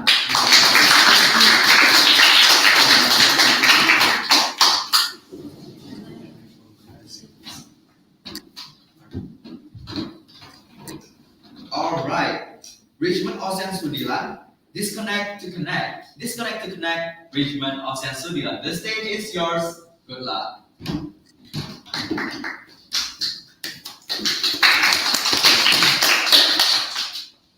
Generation Z, Gen Z, yeah, we've heard this everywhere. But what does it actually mean? Generation Z refers to children who are born during years 1997 to 2012, who are very well known for being digital natives. This means that they are very familiar with the latest technology, more than other generations do. May I know how many of you here belong to Gen Z? Raise up your hand, please. Are you sure that's it? Because honestly, I think there is more. Yeah. Honestly, I think that the whole Oriental Society youth, most of us over here are actually belonging to Gen Z. So, my fellow Gen Z, do you agree with the statement that I told you just now, that Generation Z are digital natives? Yes or no? Yes. Maybe. Actually, yeah, I agree too. As part of Gen Z myself, I do confirm that I immerse myself in so much technology that has come to a point that it is no longer a want, but a need. It's a pretty similar case to most of you, right? Well, let's prove it together by interviewing some victims. I mean, students. Yes, I got my first victim. Student. Richard, may I ask you, how many times have you checked your phone after entering this building? More than 10, I can say. More than 10 times. Yes, exactly. Honestly, it's fine. It's okay to be honest, right? Because we're somewhat on the same class as well. Then what about you? it's okay, just be honest. I think if Brisbane is more than 10 times, it's basically uncomfortable. More than 20? Pretty relatable, honestly. Then let's ask one more person, shall we? And that person is Korea. How many times have you checked your phone already? Yes, sir. Wow. I think we should give him a big round of applause, because he only checked his phone 2 times. That's honestly unexpected. Thank you, though.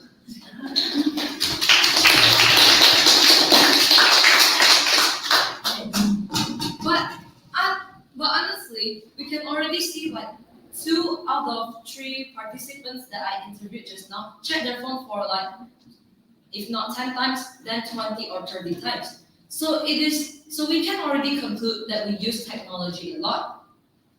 But guys, can you imagine life without internet or Wi-Fi? Yes. What? Okay. Internet social. I think there is something wrong with the audio is not supposed to play. Okay. Okay, let's continue first. But guys, can you guys imagine if you have to live life without internet or Wi-Fi? What will it be like? So now I want you to imagine one day you're peacefully playing games, scrolling through Instagram or TikTok, and suddenly, boom, there is no Wi-Fi, there is no internet. Then there is also no mobile data. Would you feel disconnected from the world? Well, so let's imagine the situation together. And while we imagine it, let me play a song for you. Can we unmute it? Suddenly my mind. Wait. It's fine. Just play. It's okay. Something wrong. Finally. My internet so slow. Suddenly my Wi-Fi signal not so strong. Facebook cannot load. YouTube also cannot watch. Google dinosaur come out. Cannot log in. I need internet. If not, I don't know how to go on. For data also sudah gone. Cannot play Dota, cannot play PUBG. Also cannot catch any Pokemon. Ladies and gentlemen, what do you think of this song? Something wrong. May I? Something Can you wrong. pause it, please? Because there's a bit of a mistake. My apologies for the mistake. But anyways, what do you think of this song? Funny. Yes, it's true. It is funny. It's very relatable too, right? Do you guys agree that this song somewhat represents the situation that you have in your mind? Yes. I agree too. Well, it is true that with the help of technology, everything has become very accessible and efficient for everyone. And it is very true that without technology, life would just be like a jigsaw puzzle missing a piece. Just like how the song says, I need internet, if not, I don't know how to go on. It clearly shows that we need its accessibility and its efficiency to live. However, internet is not always a good thing, as it has its own drawbacks too.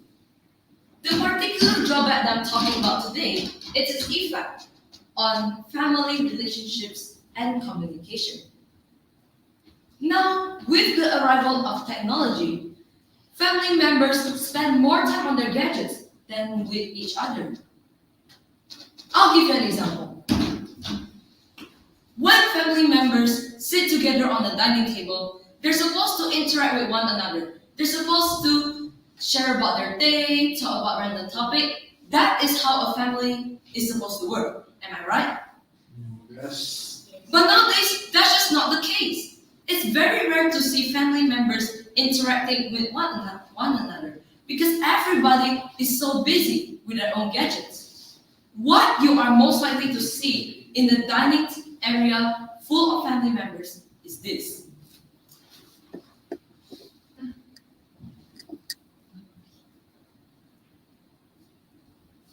That's right, the complete silence of family members fiddling with their own gadgets. It seems like the gadgets have created an invisible barrier among family members. Isn't that ironic? Well, ironic or not, there is one thing for sure. This issue is something that needs to be solved. But how? Ladies and gentlemen, I would like to present to you a book entitled Disconnect to Connect: The Digital Divide and ICT Impact on the Family Relationships and Communication. The author of this book is a Malaysian, and her name is Miss Grija De Silva. Miss Grija De Silva is a retired educator who is fascinated by the dynamics of social interaction and behavior changes throughout the years. She was able to witness firsthand, both as a parent and as an educator, of how the advent of ICT has revolutionized the communication dynamics in familial relationships. Although her debut book, Disconnect to Connect, only having 50 pages and 11 chapters, which won't even take much of your time to read, this book is able to provide such meaningful information, which makes it worth it reading. This book provides a better understanding of the better understanding of the problem through both parents' POV and children's POV. This means that children can read this book to understand the problem through their parents' perspective. Then parents can also read this book to understand what has to be done and what their children expect from them. Each chapter also provides a nugget, as you can see over here, which is simply a summary of the whole chapter. So this nugget could be useful if you want to review the main points. Finally, in my opinion, this book provides an acceptable and effective solution to both parents and children on how to communicate more effectively. The solution in this book is an equal balance of both the parents and the children's needs, which is why I think it's ideal. The price of this book is only 100,000, and currently, I only have 3 copies with me. So if you want to purchase it, you better purchase it fast, because first come, first served. I'm Rishna Sudilan, your trusted ourselves salesperson. Ourselves. We don't only sell products, we offer solutions.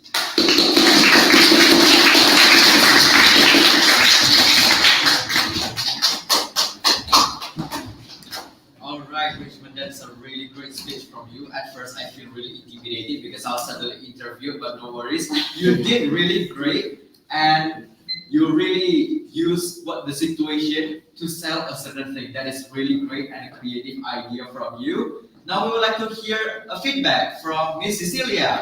All right, thank you so much, Richmond. From ourselves. Okay, Richmond, today you are selling that book, correct? Yes. What I really love about you today is that when you are selling something, it is important for you to show the pain of the problem. And what you did just now, when you give us the vivid picture of a very silent family gathering, right? And then also you feel missing something when you don't have internet. It gives us, the buyer, your buyer, a vivid picture of the current problem that we're facing right now. And before you jump into, I'm selling this book today, you're basically giving us that pain, that feel of pain, right? And that's what you did really well today. In the beginning of your speech, I almost wanted to say, Richmond, your phone is hanging on the pocket. It almost fell down. But I think it's part of the presentation. So really, really well done today. Now, Richmond, just now when you wanted to approach the audience, I see that you go through the audience, and I think that was nice. However, when you go into the row and you face backwards like this, you're basically back facing us, all of us, except for Crispian, right? So I think what would be better is that you come to the row and then you can just show your hands. What about you, young man, or something like that, right? What about you, Crispian? How many times have you seen your Okay, now I think the time management as well is nicely done. I wanted to listen more onto the promo that you have. You know, I know that you give this limited quantity that makes us want to buy because there's only 3, right? And that's a actually very good point of selling. You need to tell people that it's limited. Go get it now, right? Before the offer ends. Or what you can do is that, okay, today I'm only selling this for 100,000 rupiah. You know, the original price is 200. Okay, it adds more urgency for people to buy your product. But I think what you did today very well, and I hope to listen to more of your products that you're selling in the future. Okay? Okay. All right, thank you. Also, can I say something? So for those of you who want to buy this book, I'm not just selling for a speech, I'm like legit selling this, which means I'm selling it for real. So if you want me to purchase this book, you can just find me, ask me the money, and I'll pass the book to you. Thank you. Thank you so much, Mrs. Celia, for giving us the feedback. And Richmond, you can be seated. Yes. Do you need any help? It's okay. I'll handle it. All right. Thank you. Such an independent one. All right then. We will move on to 1 minute silence, and you can give up your feedback.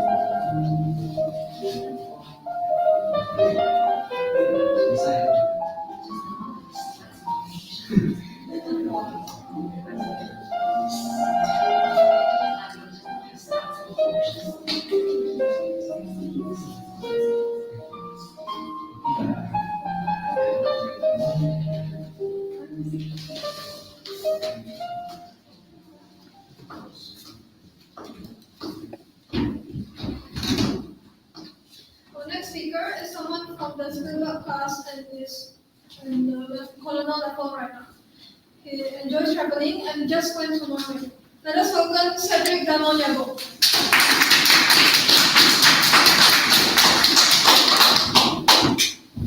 Cedric Damon, because a member, Cedric Damon. The stage is yours and good luck.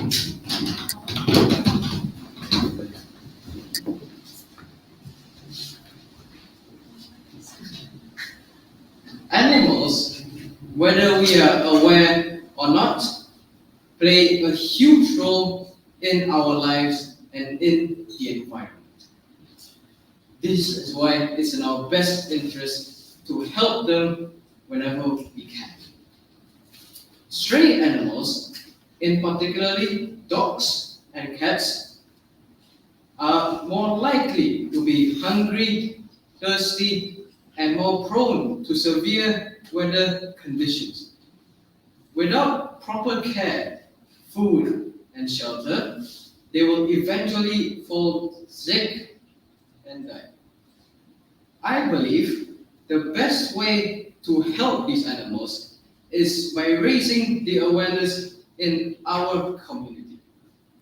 Currently, when we talk about saving stray animals, we will usually use the methods of spaying, neutering, or fostering. For your information, spaying and neutering ensures that the animal will not reproduce, so it will reduce overpopulation. Meanwhile, fostering means that you take care and give shelter to the animal. But what if we don't have time to take care of these animals personally? What if we are too afraid to approach these animals by ourselves? Then donating is the best thing you can do. Your donation will help rescue, treat, and promote the adoption of thousands of stray animals. So where can we donate, you might ask? Well, Soy Dog Foundation. Soy Dog Foundation is a non-profit organization which helps the neglected, the abused, and the homeless animals. Soy Dog Foundation is made up of people just like you, be they financial supporters, field or shelter volunteers, or fundraisers with one common goal: to help these neglected and abused animals. Since their first founding with 3 of its owners, Soy Dog Foundation has neutered almost 750,000 animals. And in 2019 alone, Soy Dog Foundation has neutered and vaccinated over 100,000 animals in a single calendar year. And they have done so every year since. No other organization in the world has neutered and vaccinated as many animals as Soy Dog Foundation. And besides taking care and giving shelter to these animals, Soy Dog Foundation also fights against the dog and cat meat trade. 1 dog is killed for the dinner table every 1 second across Asia.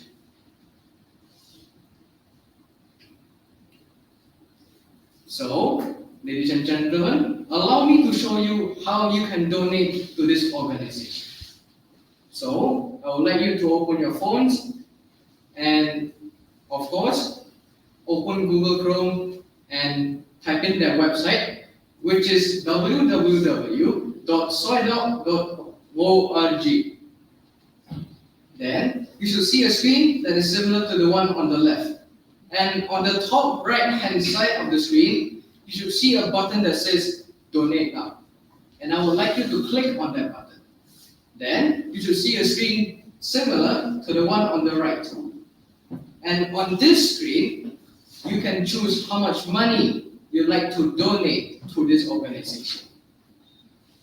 And as for payment methods, you should be able to see them on the bottom of the screen. Can you believe that? Just a few clicks away, and you can save animals. Now, I'd like to show you some examples of their incredible work. There are homeless cats out there, like Mamoru over here. But Soy Dog Foundation has managed to help them recover. And one of those brilliant examples is Mamoru. There are also abused dogs out there, like Wolfie. Wolfie was found tied to a tree by the side of the road with 1 rope. Imagine the pain that this dog went through. Just imagine that. When Soy Dog Foundation officers found her, she was badly injured on the neck. And after the course of just a few months, she has recovered into a happy and healthy dog. So, in the name of humanity, let us help Soy Dog Foundation to achieve their mission. Remember, every little bit counts.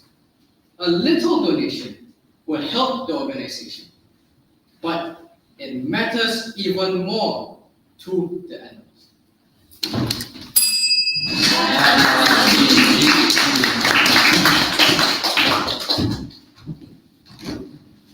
That's a lot of myself. I really enjoyed your speech, and definitely some of my family to donate to this website. Let us welcome Charity for the feedback. All right. Cedric, as a proud owner of 2 dogs and a cat, I totally relate, and I just want to say I really appreciate that speech to whole lots of level. I think that is something that was not discussed as much, and they should have. And I honestly have so much interest in your speech, even before the moment you come, because when I see the title, I think that is very mind-boggling, and I think that is something that made me want to listen. I think the title is also very well done. Also, I think the usage of slide is also very good. There's not too much wording, and you let the slide speak most of the thing that you wanted to say. And for that, I think it's very well done. So this speech you're delivering is a speech that wants people to take action. And I think that is one of the hardest, the most challenging speech, because you want people to do something. And that usually requires a whole lot of, I would say, persuasiveness in it. So how do you make your speech more persuasive? Honestly, your speech have all the required ingredients already. The only thing I could say is more towards how you structure the speech. Since the end goal was to have people donating to this organization, I feel like that should be the last part of the speech. The beginning of speeches about trying to raise awareness is usually all about the urgency. For example, I feel like you could have started off with this quote that I feel like you put in the middle, but it could be put at the first. For example, you could just come out and say, as I'm speaking right now, one dog is being put on the dinner table across Asia.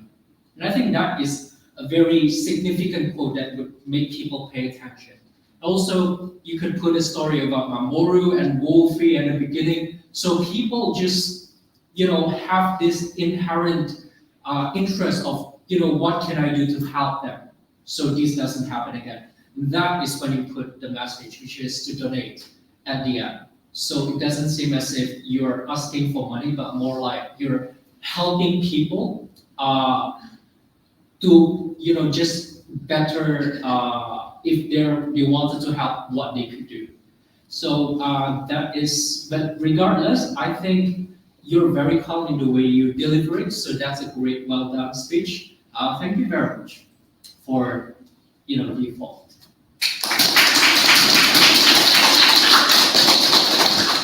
Thank you for the feedback, and now we shall move on to the 1 minute of silence.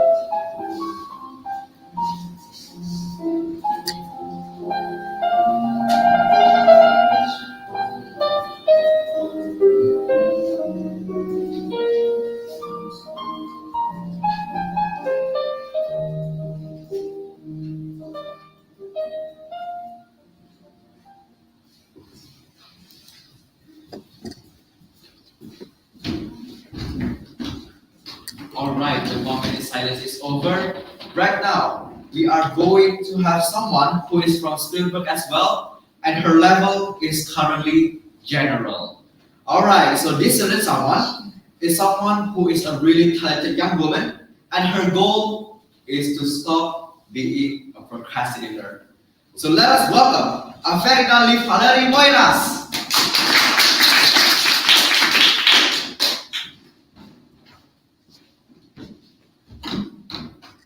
Averina Valerie Moiras, are you a procrastinator? Are you a procrastinator? Averina Valerie Moiras. The stage is yours. Thank you. Good luck.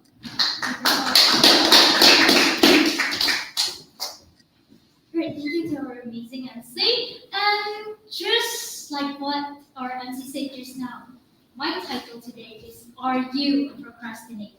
So, everyone, if you think that you are a procrastinator, please raise up your hand. Right, quite a lot. And today, I'm going to help you and basically us all in here to cross this procrastinator word. So when I'm in secondary, far, far away, a long time ago, before the pandemic started, I had a lot of courses like English, Chinese, and everything else. But then I just don't feel burned out or, I have no problem with deadlines. But since the pandemic started, I tend to go to do easy and fun things. And after the pandemic, I realized that I became a procrastinator. I became really hard to focus, really hard to study. And basically, in our brain, as a procrastinator, as you can see here, this is literally our brain, and there's two characters in here. The first is Mr. Manager. The Mr. Manager is basically like our true self. Mr. Manager helps us to control ourselves to go towards our goal. But there is also a monkey there. Just like another animal, in animal kingdom, animal doesn't care about study, tasks, assignment, works. They just care the easy path or an easy way to get food to live. And that is why the monkey character here love to do easy and fun things. So there's once I have this biology presentation. I don't know what to say, unfortunately or luckily, I get the last. So the presentation will be like 3 weeks later. And I think to myself, all right, this will end 3 weeks later, then I'm going to do my best for this. The presentations will be great. So I sit on my desk, I turn on my laptop, and I start to research. Biology is basically not my thing, and the topic is about plant, which is a huge topic for biology. So I sit down, I research, I open YouTube, and then the monkey in my brain saw this, let's say, Atlas mode comeback video. And then the monkey said to Mr. Manager, let me take this first, just one video, Atlas mode is comeback, I need to watch this. And the manager is basically quite tired because like whole day chaos school thingy. Alright, just one video and then let's go back to this plantains. And then what happened next? The monkey take over the steer and they're like, oh, I can hear you. Do you say like we need to do plan? No, I couldn't hear you. Oh my god, this video looks good. Basically, that is how I procrastinate from one day to the other day. And I watched the presentations at the last minutes. And what happened in my brain at the last minutes? Basically, it's not the last minutes, last hour. The panic monster came into my brain. And then say to the Mr. Manager, oh my god, left 1 hour and you need to go to school already. And basically, yes, I know about plant things, but not really how to say it like scientifically. So I rushed my presentations. What I do, I go on Wikipedia, search on Google, everything, just put into my presentations. And that's all. And basically, I can do better, I think to myself. And since that day, I tried to search on YouTube, not Atlas mode comeback anymore. It is how to stop procrastinating, how to be productive, how to manage my time. But well, things doesn't really change actually. It needs time. We cannot do it very quickly. And today, the things that I'm going to share to you to cross that procrastinator word is something that I've already done. And actually, I don't do like everything that is on my to-do list and become a productivity expert. No, it is in a realistic way, which I live with this motto. It's better I do one thing rather than nothing, and I start something rather than waiting. So the first step is know the enemy. A lot of people say that the enemy is basically ourselves. This is our biggest enemy. But, well, to be specific, our enemy is basically our own resistance. Just like what Stephen Pressfield has said on his book. Most of us have two lives, the life that we live and the unlived life within us. And between that is what we call as resistance. So what is resistance? Where did this resistance thing come from? Based on my research, resistance is basically come from these three things. The first is our fear. Take the biology presentations example. Why I feel resistance in doing the biology presentations? It's because that I might get stressed with the presentations. I need to research about plan, I need to do presentations, and it is a lot of stress. Rather than watching others move, come back. The second one is people point of view. For this one, let's take another example, which is like, let's say you want to be a content creator. You want to start filming a video. Basically, there's no deadline. So, what you scared is basically people's point of view. You scared that people will comment something bad on your video or tell you, oh my god, your video is really cringe. That is what you're scared, and that's what holds you back from filming a video. And not just about people's point of view, but actually when we want to start things, we always have this self-doubt. We always try to ask ourselves, am I good enough to start this? Am I professional enough to start this? Will people laugh at me later on? This is why we haven't started doing those things. It's because the resistance. So right now, let me ask you, is resistance a good thing or a bad thing? Anyone? In this case, it's not a good thing because you're supposed to do something and then you resist yourself and then do a watch atlas instead. Yeah, so basically resistance is something that holds you back, right? So it's kind of bad thing. But what if I say that resistance can be also a good thing? Just like what animation here, resistance equals to compass. Why? Why resistance is a compass? Well, I don't feel any resistance to binge watch my K-drama 24/7 every day. Or watching Agnesmo come back. But I do feel resistance when I try to practice piano, when I try to do my biology presentations. And that is why resistance can also be your compass. It means that you must do that thing. If you feel resistant in doing that thing, it means you are good. And we're going to talk about resistance more. But there is also one enemy that basically just what Richmond said, Gen Z, technology, our phone.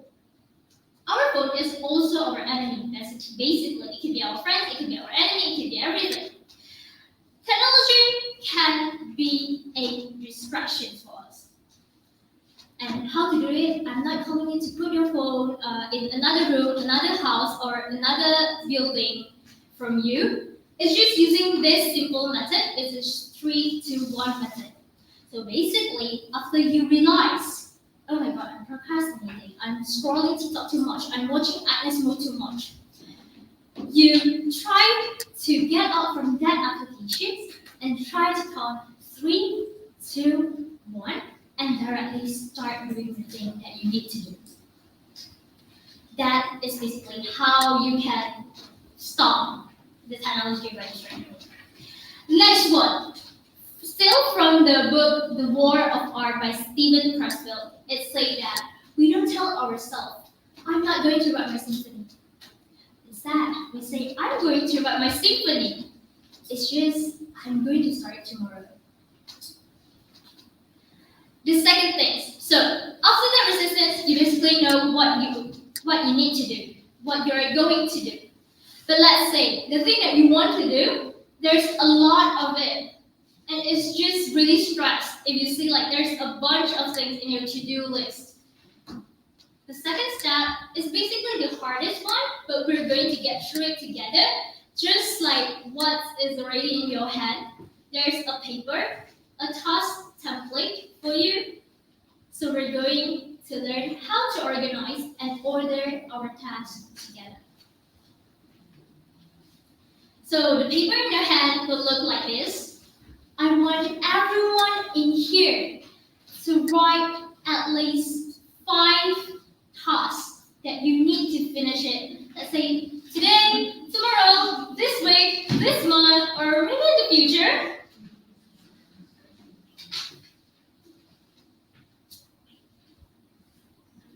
I'm going to give 30 seconds. 30 seconds to 1 minute. Number 1, finishing a very task. Alright, so the task may be a big task or a small task, maybe like cleaning dishes, cleaning bedroom, cleaning bathroom, cleaning my car, what else? A lot of things. So it doesn't have to be like biology project or something that's really big.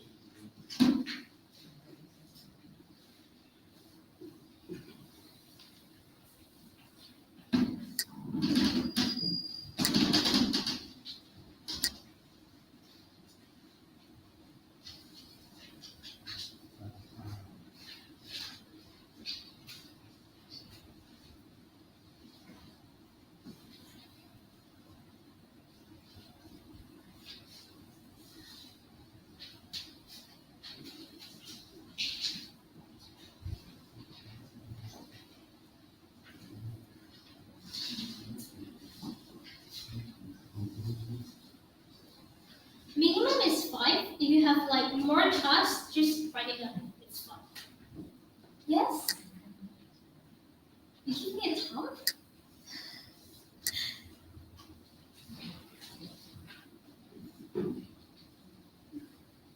Alright. I'll get into the next step. You guys may still writing the task, it's okay. The next one is basically make a deadline. It could be the actual deadline or the deadline that you made by yourself.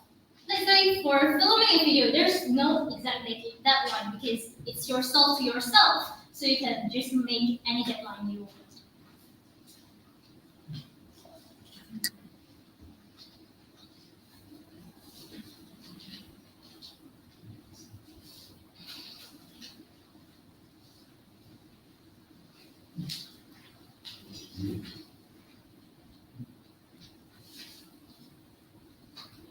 Right? After writing the deadline for each task, well, you may write like is the task difficult or it's just easy tasks like washing dishes, cleaning, tidying our bed, or like that.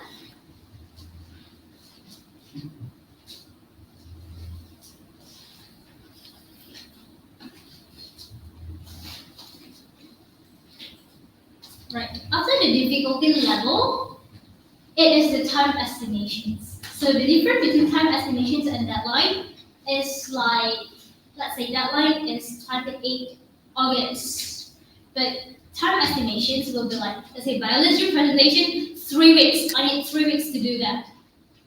And then let's say washing dishes, I need only 15 minutes to do that. So basically write like that on the time estimation.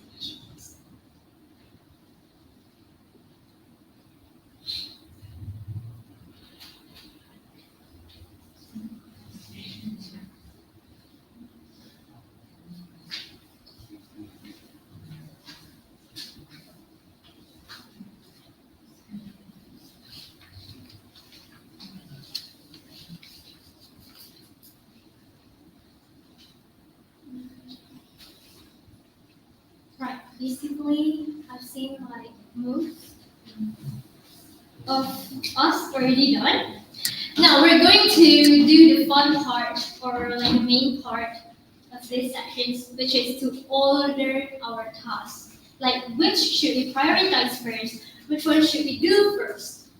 So there is actually a lot of ways to order this. You can order it by deadlines, or if like the deadlines is from you to yourself, you may try to order it from the difficulty level. Or if you also don't know how to start first, just go from the time estimations. Do from the easiest one first to the hardest one. Or if you are a morning person, then you may do the hardest one first to the easiest one.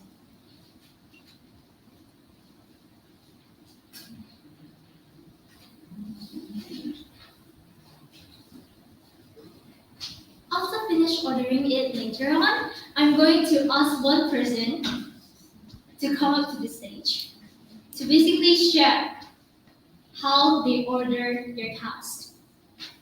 So what you guys need to share is basically really simple. You just need to say, all right, my task is number 1, washing dishes, number 2, cleaning my bed, and so on, so on, so on. So because I think all of this is an easy task, it's like on the level 3. So I think I'm just going to do it together tomorrow. And then maybe I could finish like all of this, let's say in 3 hours. Just as simple as that. Yes? What if you got no more tasks to do? It's me, congratulations.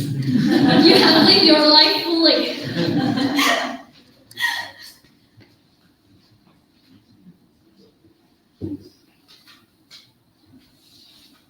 Right. Has everyone finished already? Right. Now I'm going to choose 1 to 2 person I have to share. I'll call Louis Lee to come up to the stage.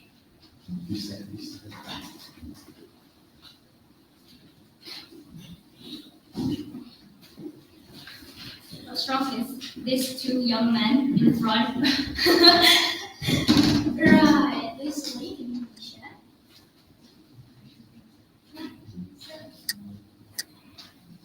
Okay, so for my task, I have my Indonesian presentation that I have to finish. I have to practice my MC script. I have to fold my clothes, do my humanities homework, and also eat medicine.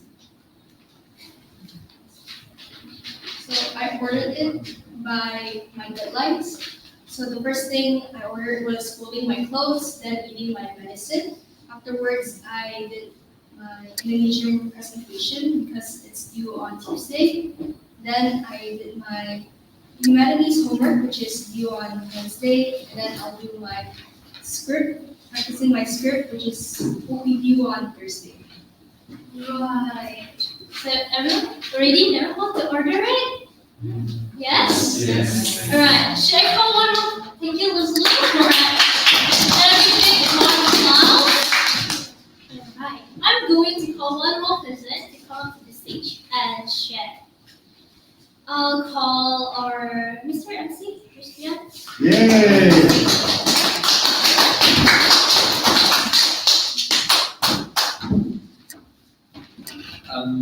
To be honest, they are not really, it is not like simple things. I started by my exam list and also what I need to do for my school. People call me Babu Sekolah, Babu Guru, Babu OSIS. So I need to also arrange something for my school.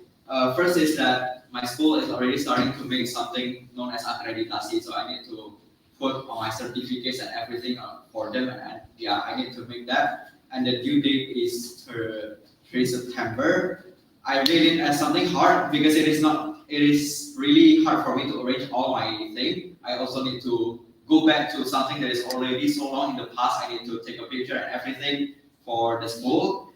And the second one on my list is actually my exam tomorrow. I have chemistry exam, grammar exam, and also maybe a civic exam. It is remedial. and I'm not confident that I'm passing. So maybe I'm going to study for civics as well. So the deadline, I usually stay up the latest is 12 p.m. So I put the deadline is 12 p.m. Difficulty for chemistry is 10, grammar is 5.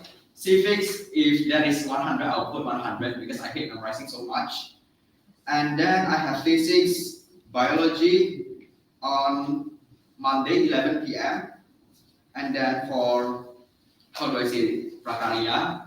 Prakarya, it is like I was told to recycle a product, which is an old coconut. I need to cut it, saw it, and to make a kettle. It is not something easy because it really needs a lot of power for me to do it.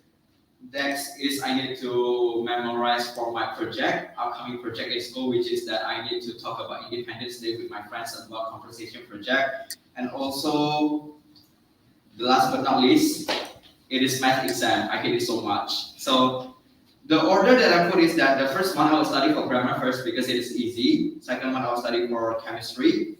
Third one I will study biology. Fourth one I will study for physics. Fifth one I'll memorize my project. Sixth one is I will study for my math.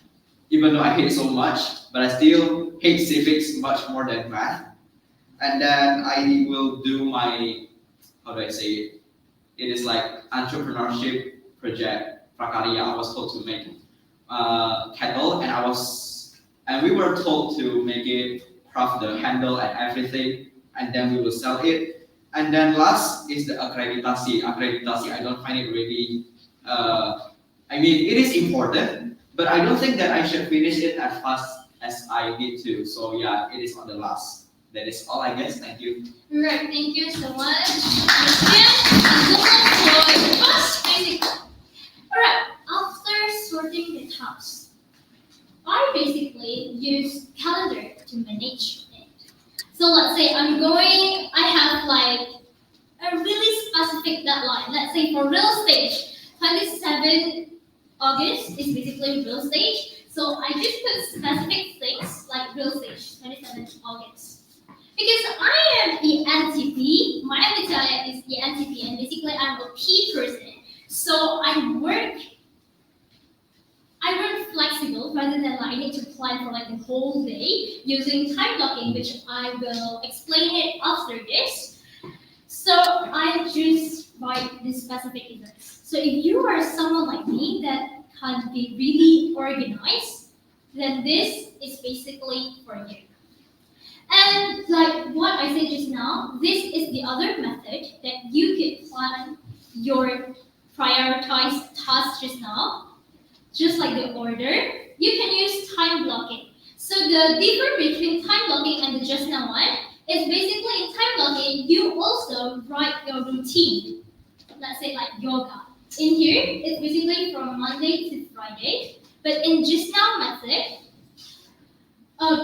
because it's like something that you do it routine, like you don't put it up. So that is basically the difference. So after plan and prioritize, what we need to do is put everything in one place.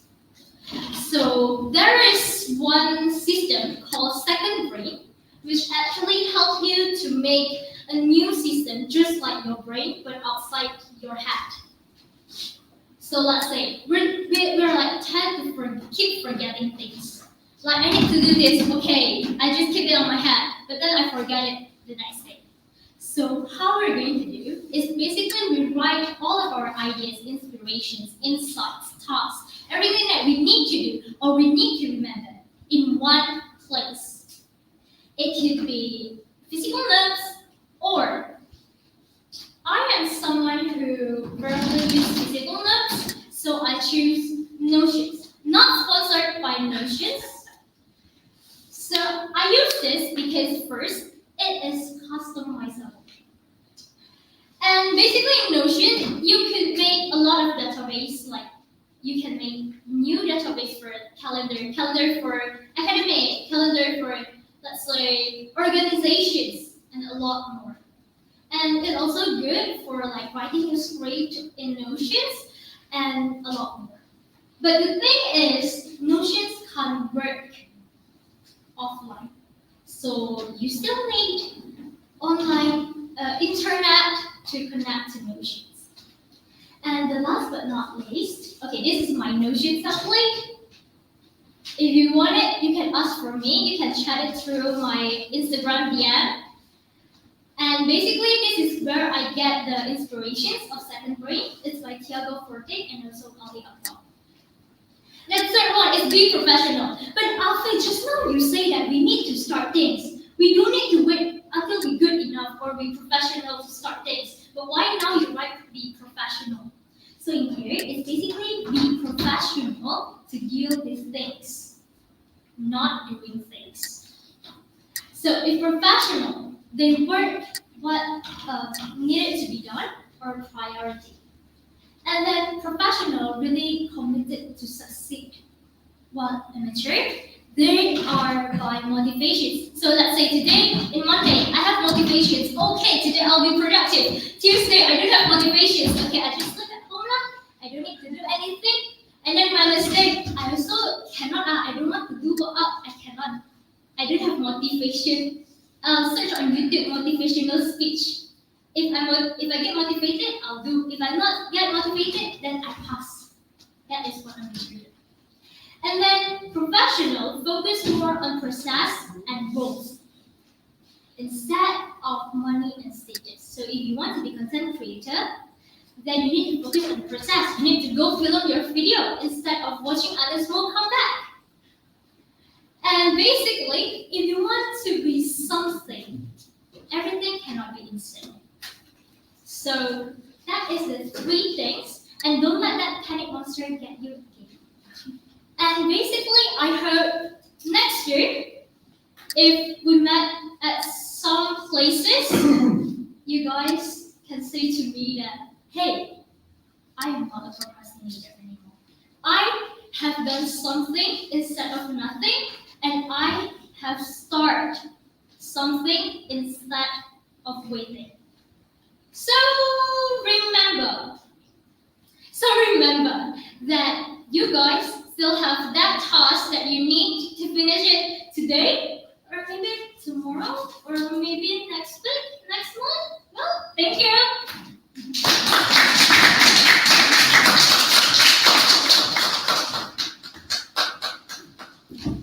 Alright, that is a really nice training that was delivered by Averina. And it is the second time that I was intimidated today. But no worries, I enjoyed the moment because you really shared an effective training. And I was actually intrigued enough, I installed Notion myself. And I find it really useful because, right now these days we have so many assignments that I cannot really arrange it. I think that I should also use Notion. Maybe I should ask some tips from Averina. But later, and right now we are going to move on to the judge feedback. Let us welcome Miss Cecilia. Alright, can we give a big round of applause for America? What a well-deserved general pin that you're gonna get today. I think your performance today shows a lot of preparation. It shows us the hard work that you have put into this for several years. I think today you have mastered the stage really well. Like, let's say, for example, when you use different vocals, right? You go here to the left to talk about the monkey, and then go there to talk about the manager, right? It creates this interesting image that we have as an audience. And then the second one is that your preparation is well done. You give us this handout to bring home, as that is what is expected from a training session. Because in a training session, you want it to be interactive, right? And you want people to do something during your training. So I really, really applaud your performance today. I really enjoyed it. How you interact with your audience, you ask questions, and then you make sure that everyone fill out the form as well. The thing that I would ask you to improve next time is that when you ask someone to fill out the form, as a trainer, you can move to the audience area and to look into their paper to see whether they face any difficulties, they have any questions. So I think in performing a training session, you can do that. So that is one tip that you can use next time you deliver a training session. And then the second one, this one is a mini input. So can you go back to the previous slide where it says 3-2-1 method? I think that was a very, yes, this one. Okay, so this is actually a big thing because how to tackle resistance? Basically the 3-2-1 method, right? So I want you to make it in a bigger font because that implies that it is important to do 3-2-1 method to tackle the resistance difficulty that people might have faced. Okay, and then I noticed that the handout that was given, this is well prepared already. It was given out in the beginning of the session. I think it would be much more impactful when you have reached to that point and then you give it to the audience. Because that would shift the focus, especially in the beginning when the paper is being given up. We pay more attention to the paper instead of the speaker. So I think like that's these mini things that you can improve in the future could make you a next generational, inspirational trainer like Mariana. Okay? So I think that is all. Can we all give a standing applause because this is the last project that America is doing.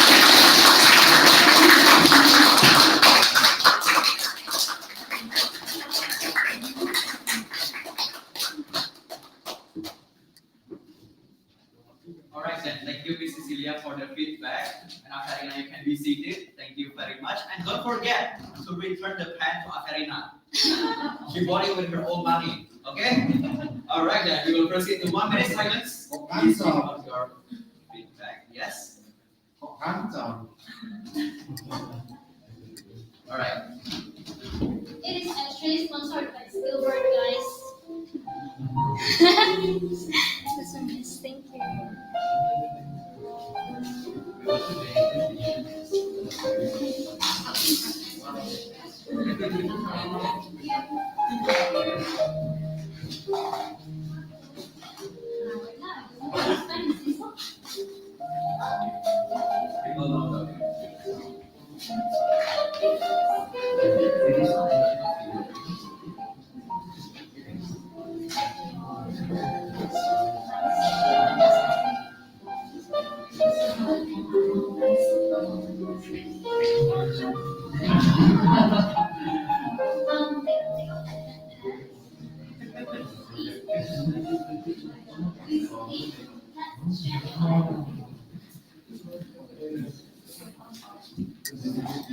Alright, 1 minute silence is over. My other partner is probably doing something else, so it's okay. I'll be by myself for now. Right now, it is the last speaker for today.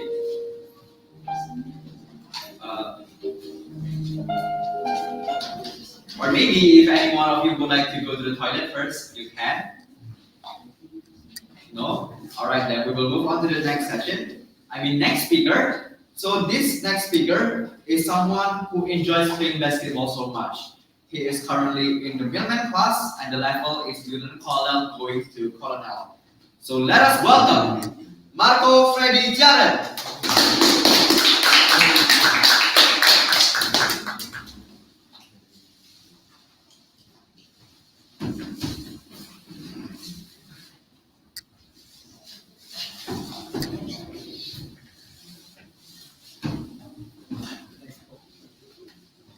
So Marco right now is going to be a moderator. He is going to moderate the session. So Marco, you ready? Yes, the stage is yours. Thank you.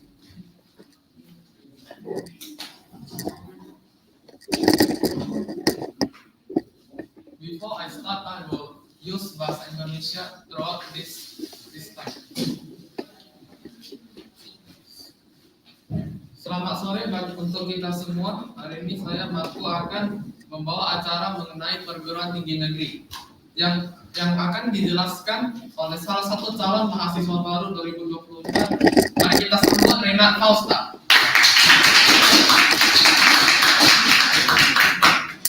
Oke, mari kita masuk. pertanyaan pertama, cara biar bisa masuk ke penelitian ini gimana sih? Seleksi kok atau mungkin ada cara lain? Sekarang untuk di Indonesia, lembaga yang menaungi penerimaan mahasiswa baru di PTN atau perguruan tinggi negeri ada 3 jalur. Jalur yang paling awal dinamakan jalur undangan, lebih dikenal dengan jalur undangan, dan namanya adalah SNBP, Seleksi Nasional Berdasarkan Prestasi. Dan yang kedua, jika misalnya seseorang gagal di SNBP, maka dia bisa melanjut dengan mengambil SNBT. SNBT mungkin bagi hadirin yang lebih tua dikenal sebagai UMPTN, dan untuk saat ini dikenal sebagai UTBK. Jadi kita melakukan tes, dan nilai tes itu kita gunakan untuk mendaftar di perguruan tinggi negeri yang ada di Indonesia. Dan jika kita gagal lagi di UTBK ini atau SNBT, maka kita bisa coba di jalur mandiri. Jalur mandiri untuk universitas-universitas di Indonesia berbeda-beda. Ada yang murni berdasarkan tes yang ada di universitas itu.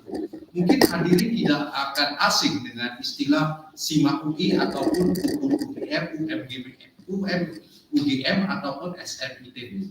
Jadi itu 3 cara yang bisa dilakukan seorang maba atau calon mahasiswa baru masuk ke PTN Indonesia. Jadi saya ulangi, ada 3 cara, yaitu ada undangan, SNBT, dan jalur mandiri.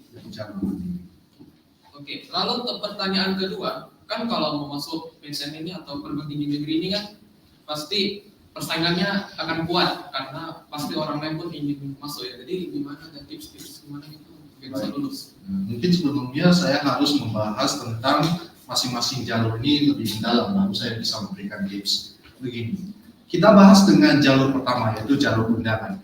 Jalur undangan ini sebenarnya adalah jalur yang paling menguntungkan bagi saya. Mengapa? Karena kita sudah bisa tahu kalau kita itu masuk di perguruan tinggi negeri bahkan sebelum kita mengikuti ujian akhir sekolah. Artinya apa? Setelah ujian sekolah, kita akan punya lebih banyak waktu untuk mempersiapkan diri menghadapi dunia perkuliahan. Menurut pengamatan saya, biasanya ujian sekolah itu diadakan di bulan April. Dan untuk hari pertama atau bermulanya perkuliahan, itu biasanya di bulan Agustus. Jadi kita sudah punya 4 bulan untuk mempersiapkan diri. Jika kita mau ambil akuntansi, kita bisa mengambil paket ekspres dalam 4 bulan untuk belajar dasar akuntansi. Jadi waktu kita masuk ke perguruan tinggi negeri, tentunya kita akan dipermudah dalam proses belajar mengajarnya. Dan tips untuk ini saya bisa katakan mungkin adalah demikian. Pertama-tama kita perlu tahu dulu sekolah mana yang harus kita ambil. Menurut saya SD, SMP terserah kita mau sekolah di mana.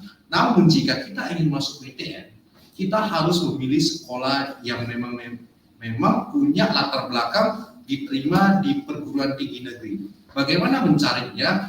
Di Indonesia ada satu lembaga seperti saya tadi bilang yang bernama SNPMB atau Seleksi Nasional Penerimaan Mahasiswa Baru.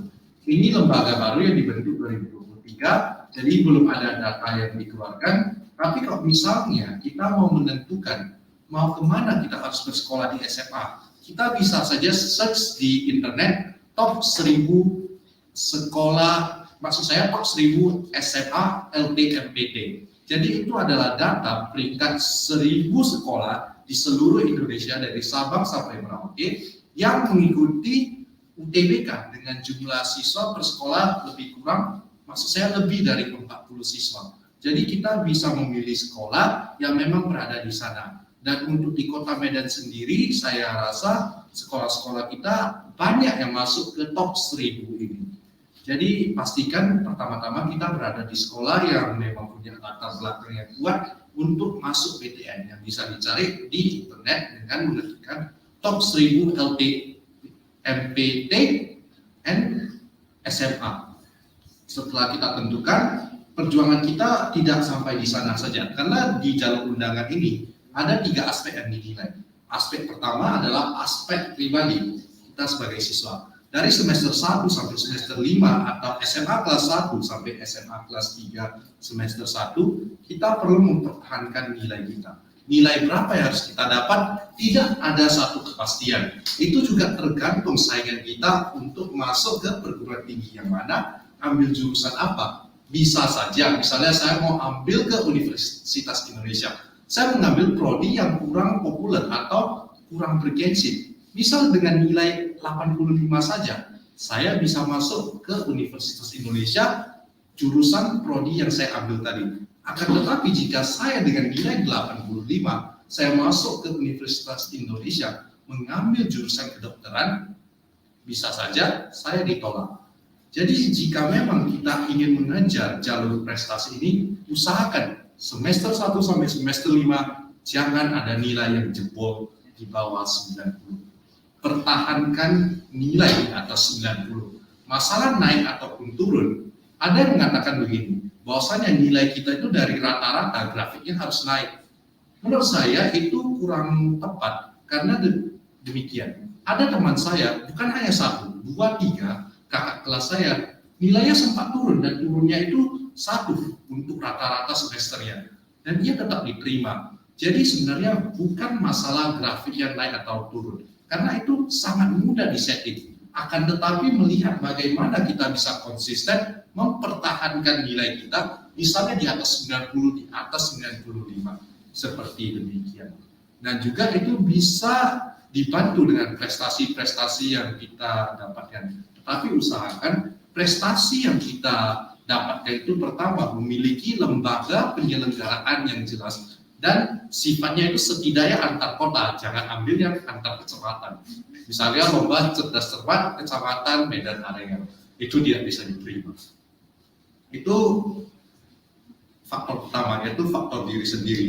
Nah, elemen kedua yang dibahas adalah elemen sekolah. Tadi ada saya singgung bahwa saya kalau mau jalur prestasi, pilihlah sekolah yang ada di top 1000. Mengapa demikian?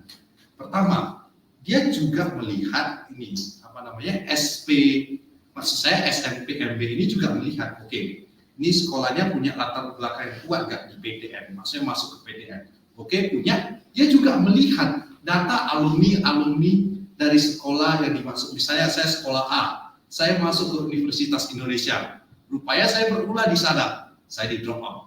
Alhasilnya apa? Alhasilnya angkatan-angkatan di bawah saya itu berpeluang besar untuk tidak diterima. Meskipun nilai mereka sangat bagus, mereka juara Olimpiade dunia, akan tetapi jika ada saya yang sudah sempat mencoreng nama baik sekolah saya di mata SNPMB ini, maka bisa saja mempengaruhi terpilihnya adik kelas saya untuk masuk ke PTN. Dan terakhir adalah indeks wilayah. Indeks wilayah ini sederhananya ada seperti ini.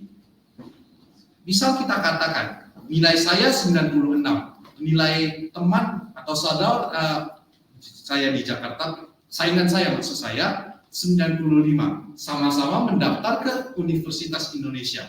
Ada kemungkinan yang nilai 95 di Jakarta lebih mungkin diterima di Universitas Indonesia atau wilayah tersebut. Dan itu berlaku sama. Jika misalnya nilai saya 95 dan nilai orang di Jakarta 96, sama-sama mendaftar ke Universitas Sumatera Utara, ada kemungkinan saya bisa terpilih masuk ke Universitas Sumatera Utara. Jadi ada 3 elemen yang harus diperhatikan sebelum kita mendaftar. Dan sebenarnya kita tidak bisa mengharapkan terlalu banyak di jalur undangan ini, karena kita hanya bisa memastikan satu, yaitu indeks diri kita sendiri.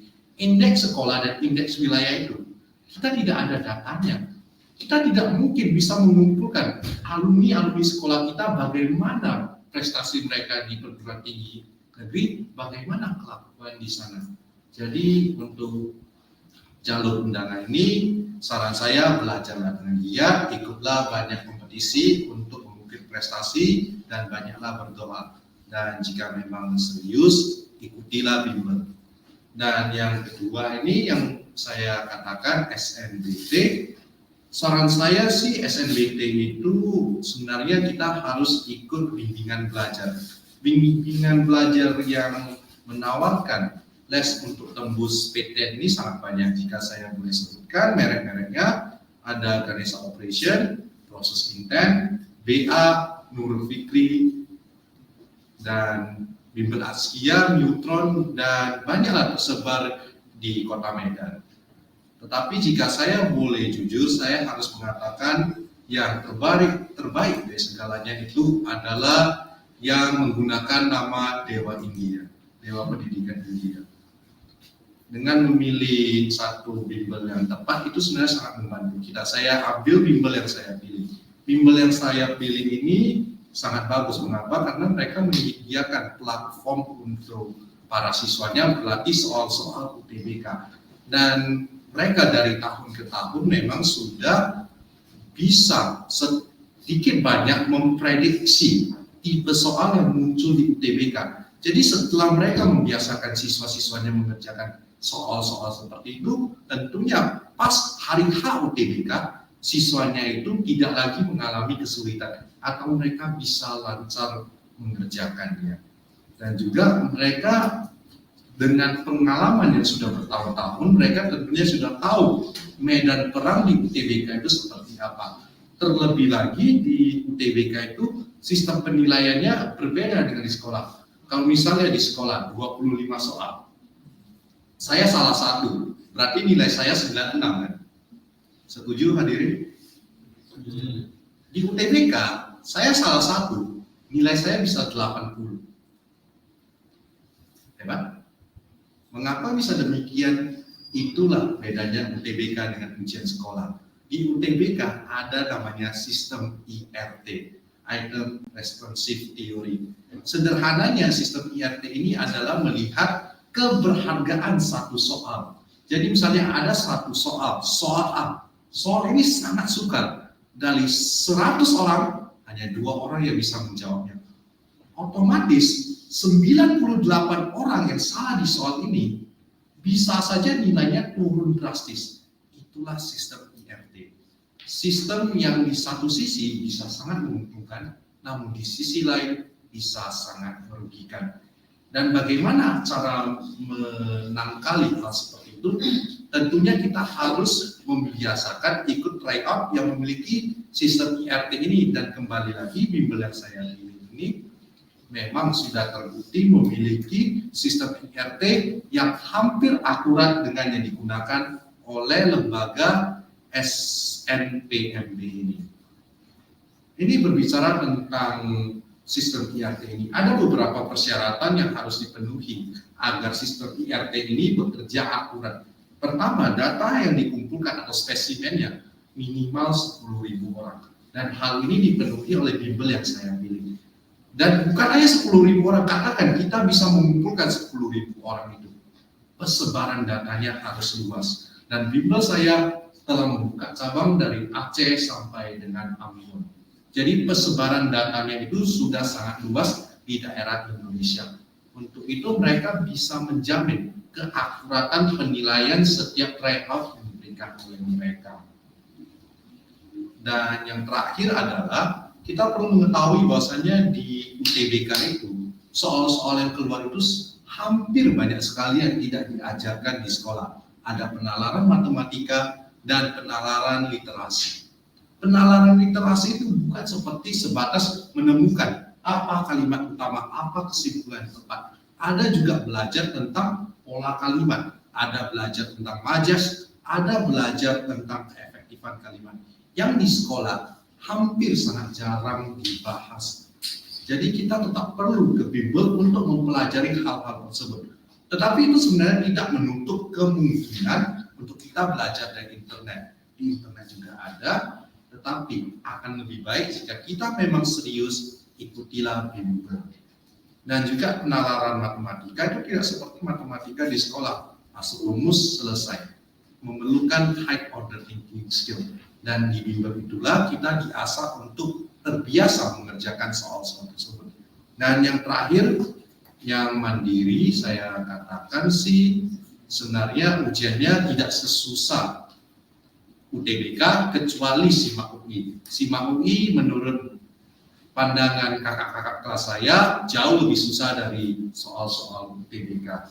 Jadi jika memang tidak bisa tembus UTBK, cobalah ujian mandiri dan bahaslah soal-soal tahun lalu dari perguruan tinggi yang ingin kita tuju seperti itu. Berarti banyak ya faktor yang terlibat. Ya, sangat banyak.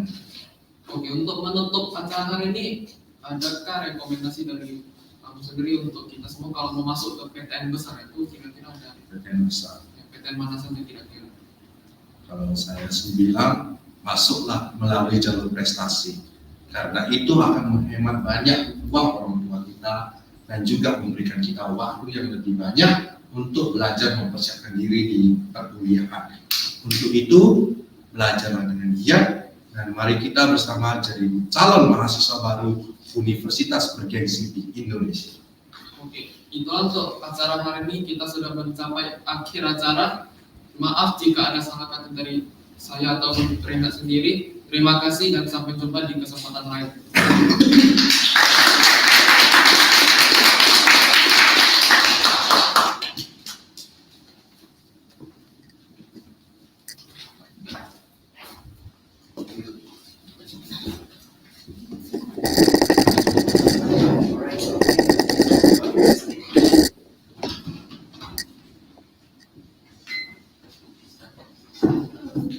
Thank you, Marco, for the moderating session.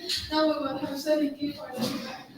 Okay, thank you very much. Well, Marco, great job in being a great moderator for today. And I think one of the biggest challenge as a moderator is it's just so unexpected of who you're going to interview. Sometimes it could be people who doesn't really answer a lot of things. And sometimes there could be people who talk for at length, and it's just the unpredictable nature of it, so you have to be very well prepared. So generally the challenges with different people would be different. If they don't speak a lot, sometimes you will interview people who would only say yes, no, and very shy. Now it's quite challenging, but luckily you have Reynard who is willing to speak at length, so you just don't really have to do much in order to elicit more answer, and it's very complete. But still, there's a challenge in which you still have to summarize what he said and repeat it so the audience understand what he had just said in a short sentence. And I think you did it very well. There's a sense of active listening from your part, which makes a good moderator. Now, in terms of my feedback, I'm going to do it in two levels. First is as a moderator, and second is the quality of the questions that's being asked. Now, when it comes to being a moderator, I would recommend to try to minimize looking at the script as much as possible, especially when it is at the opening. Generally speaking, you would have memorized the opening without having to rely on the script as much, and try to smile from it. Since this is something that was supposed to be exciting, you want people to look into it. So, and also, when you look at the question, you usually look at the question in between of them answering the question. So generally, when you become a moderator, the time where you look at the script when you're speaking is almost non-existent. So be very well prepared on that essence. Now, in terms of the interview themselves, I would recommend to start slow so as to not overwhelm the people. What I mean by starting slow is probably ask them how they're feeling, or maybe just ask them, what their days are, how their days are, or maybe introduce themselves further. Just start with something light before you go straight to the main questions. And at the same time, since Reynard is the type of speaker that speaks at length, you might want to learn to, at times, interject them. Interject doesn't mean you cut them or ask them to stop, but just interject with some observation. For example, when Reynard was talking about, dari 100 orang cuma 2 orang aja yang bisa jawab. You could just say, memang sesusah itu ya. So what this helps is it helps people to refocus the attention and look at the interviewee so they know, this is the point where they should look into it. Because sometimes when people have spoken for a length, they would stop paying attention. So by interjecting it, it could help putting people's focus back to Reynard at the time. But regardless, I think this active listening is a very fantastic skill to have as a moderator, which you have done successfully. So great job.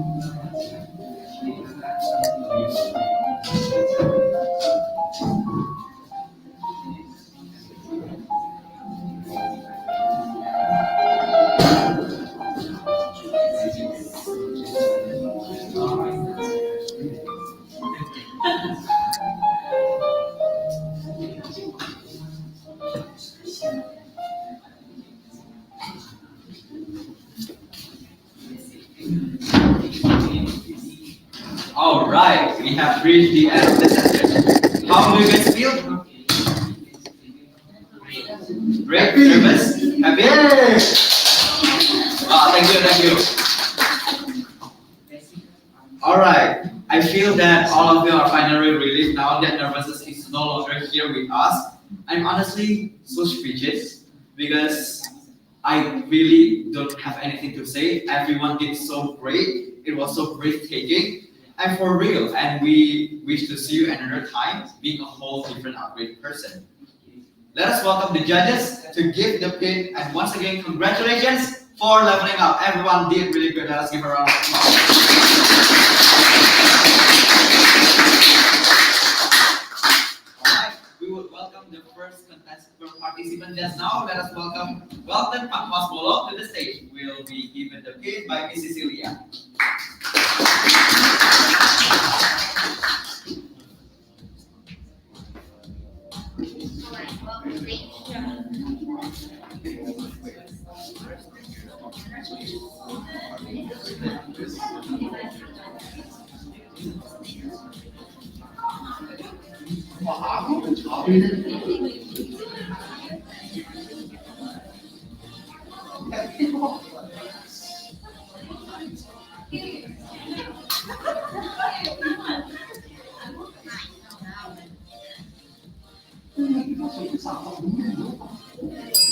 One, two, three.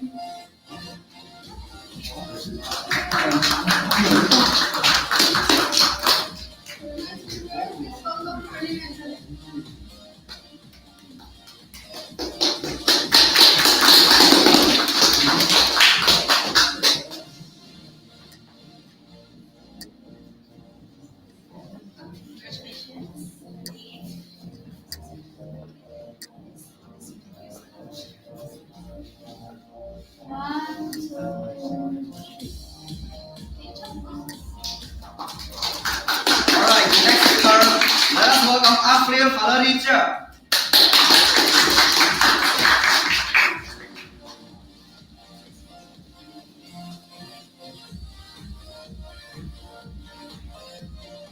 one, two, three.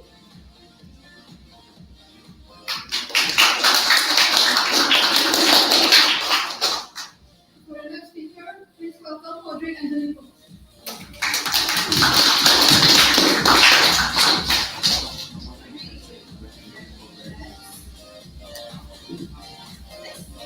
One, two, three. Alright, the next speaker, let us welcome Jolene Felicia Wong.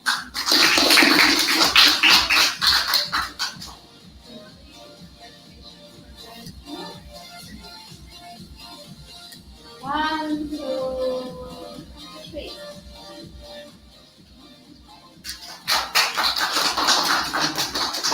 For the next speaker, please welcome Clarence Michelle.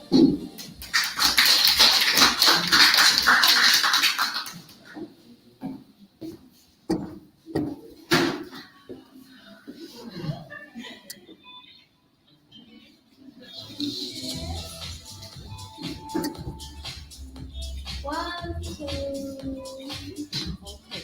Alright, Miss Cecilia and Miss Cecilia, let us welcome Suri to take a picture with the participant.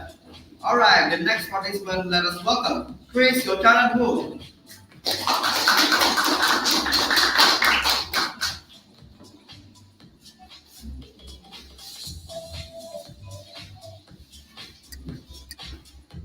One, two, three.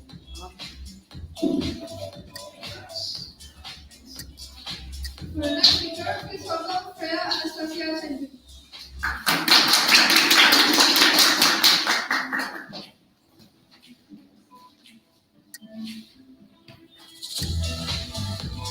One, two, three. Okay.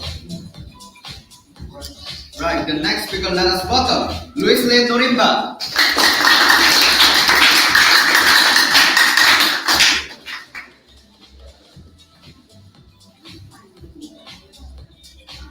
One, two, For the next speaker, please welcome Richmond Ocean Sudila.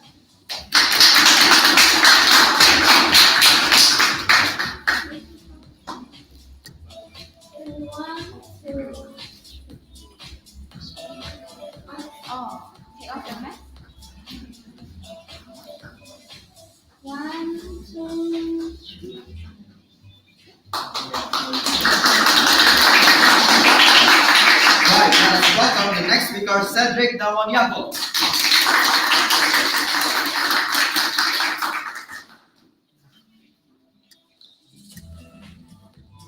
One, two, three.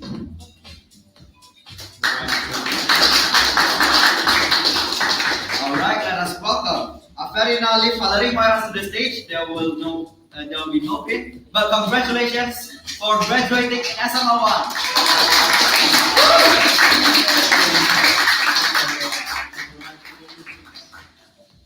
One, two. One, two, one. One, two, three. Okay.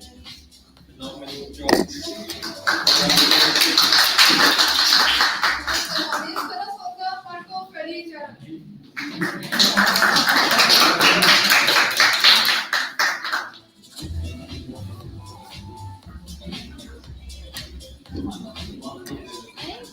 One, two, three. Okay. Alright, every participant, please welcome yourself to the stage. We will take a picture with the judges as well. Everyone, yes, please.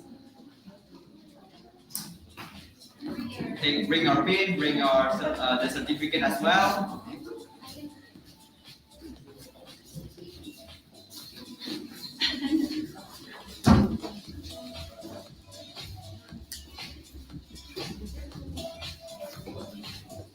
Tinggi di belakang ya.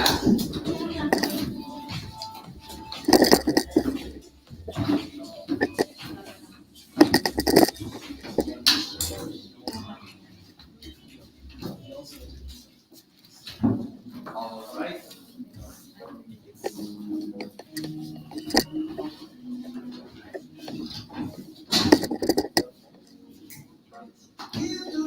Ready? 3, 2, 1. Yes. Freestyle. 3, 2, 1. Okay, now video ya. Who wants to share SML1? Boys? Alright, I'll say. Okay, Afarina. Okay. After saying SML1, then the other will say, making you, better you, and single up. Okay. 1, 2, 3. SMLONE, Making you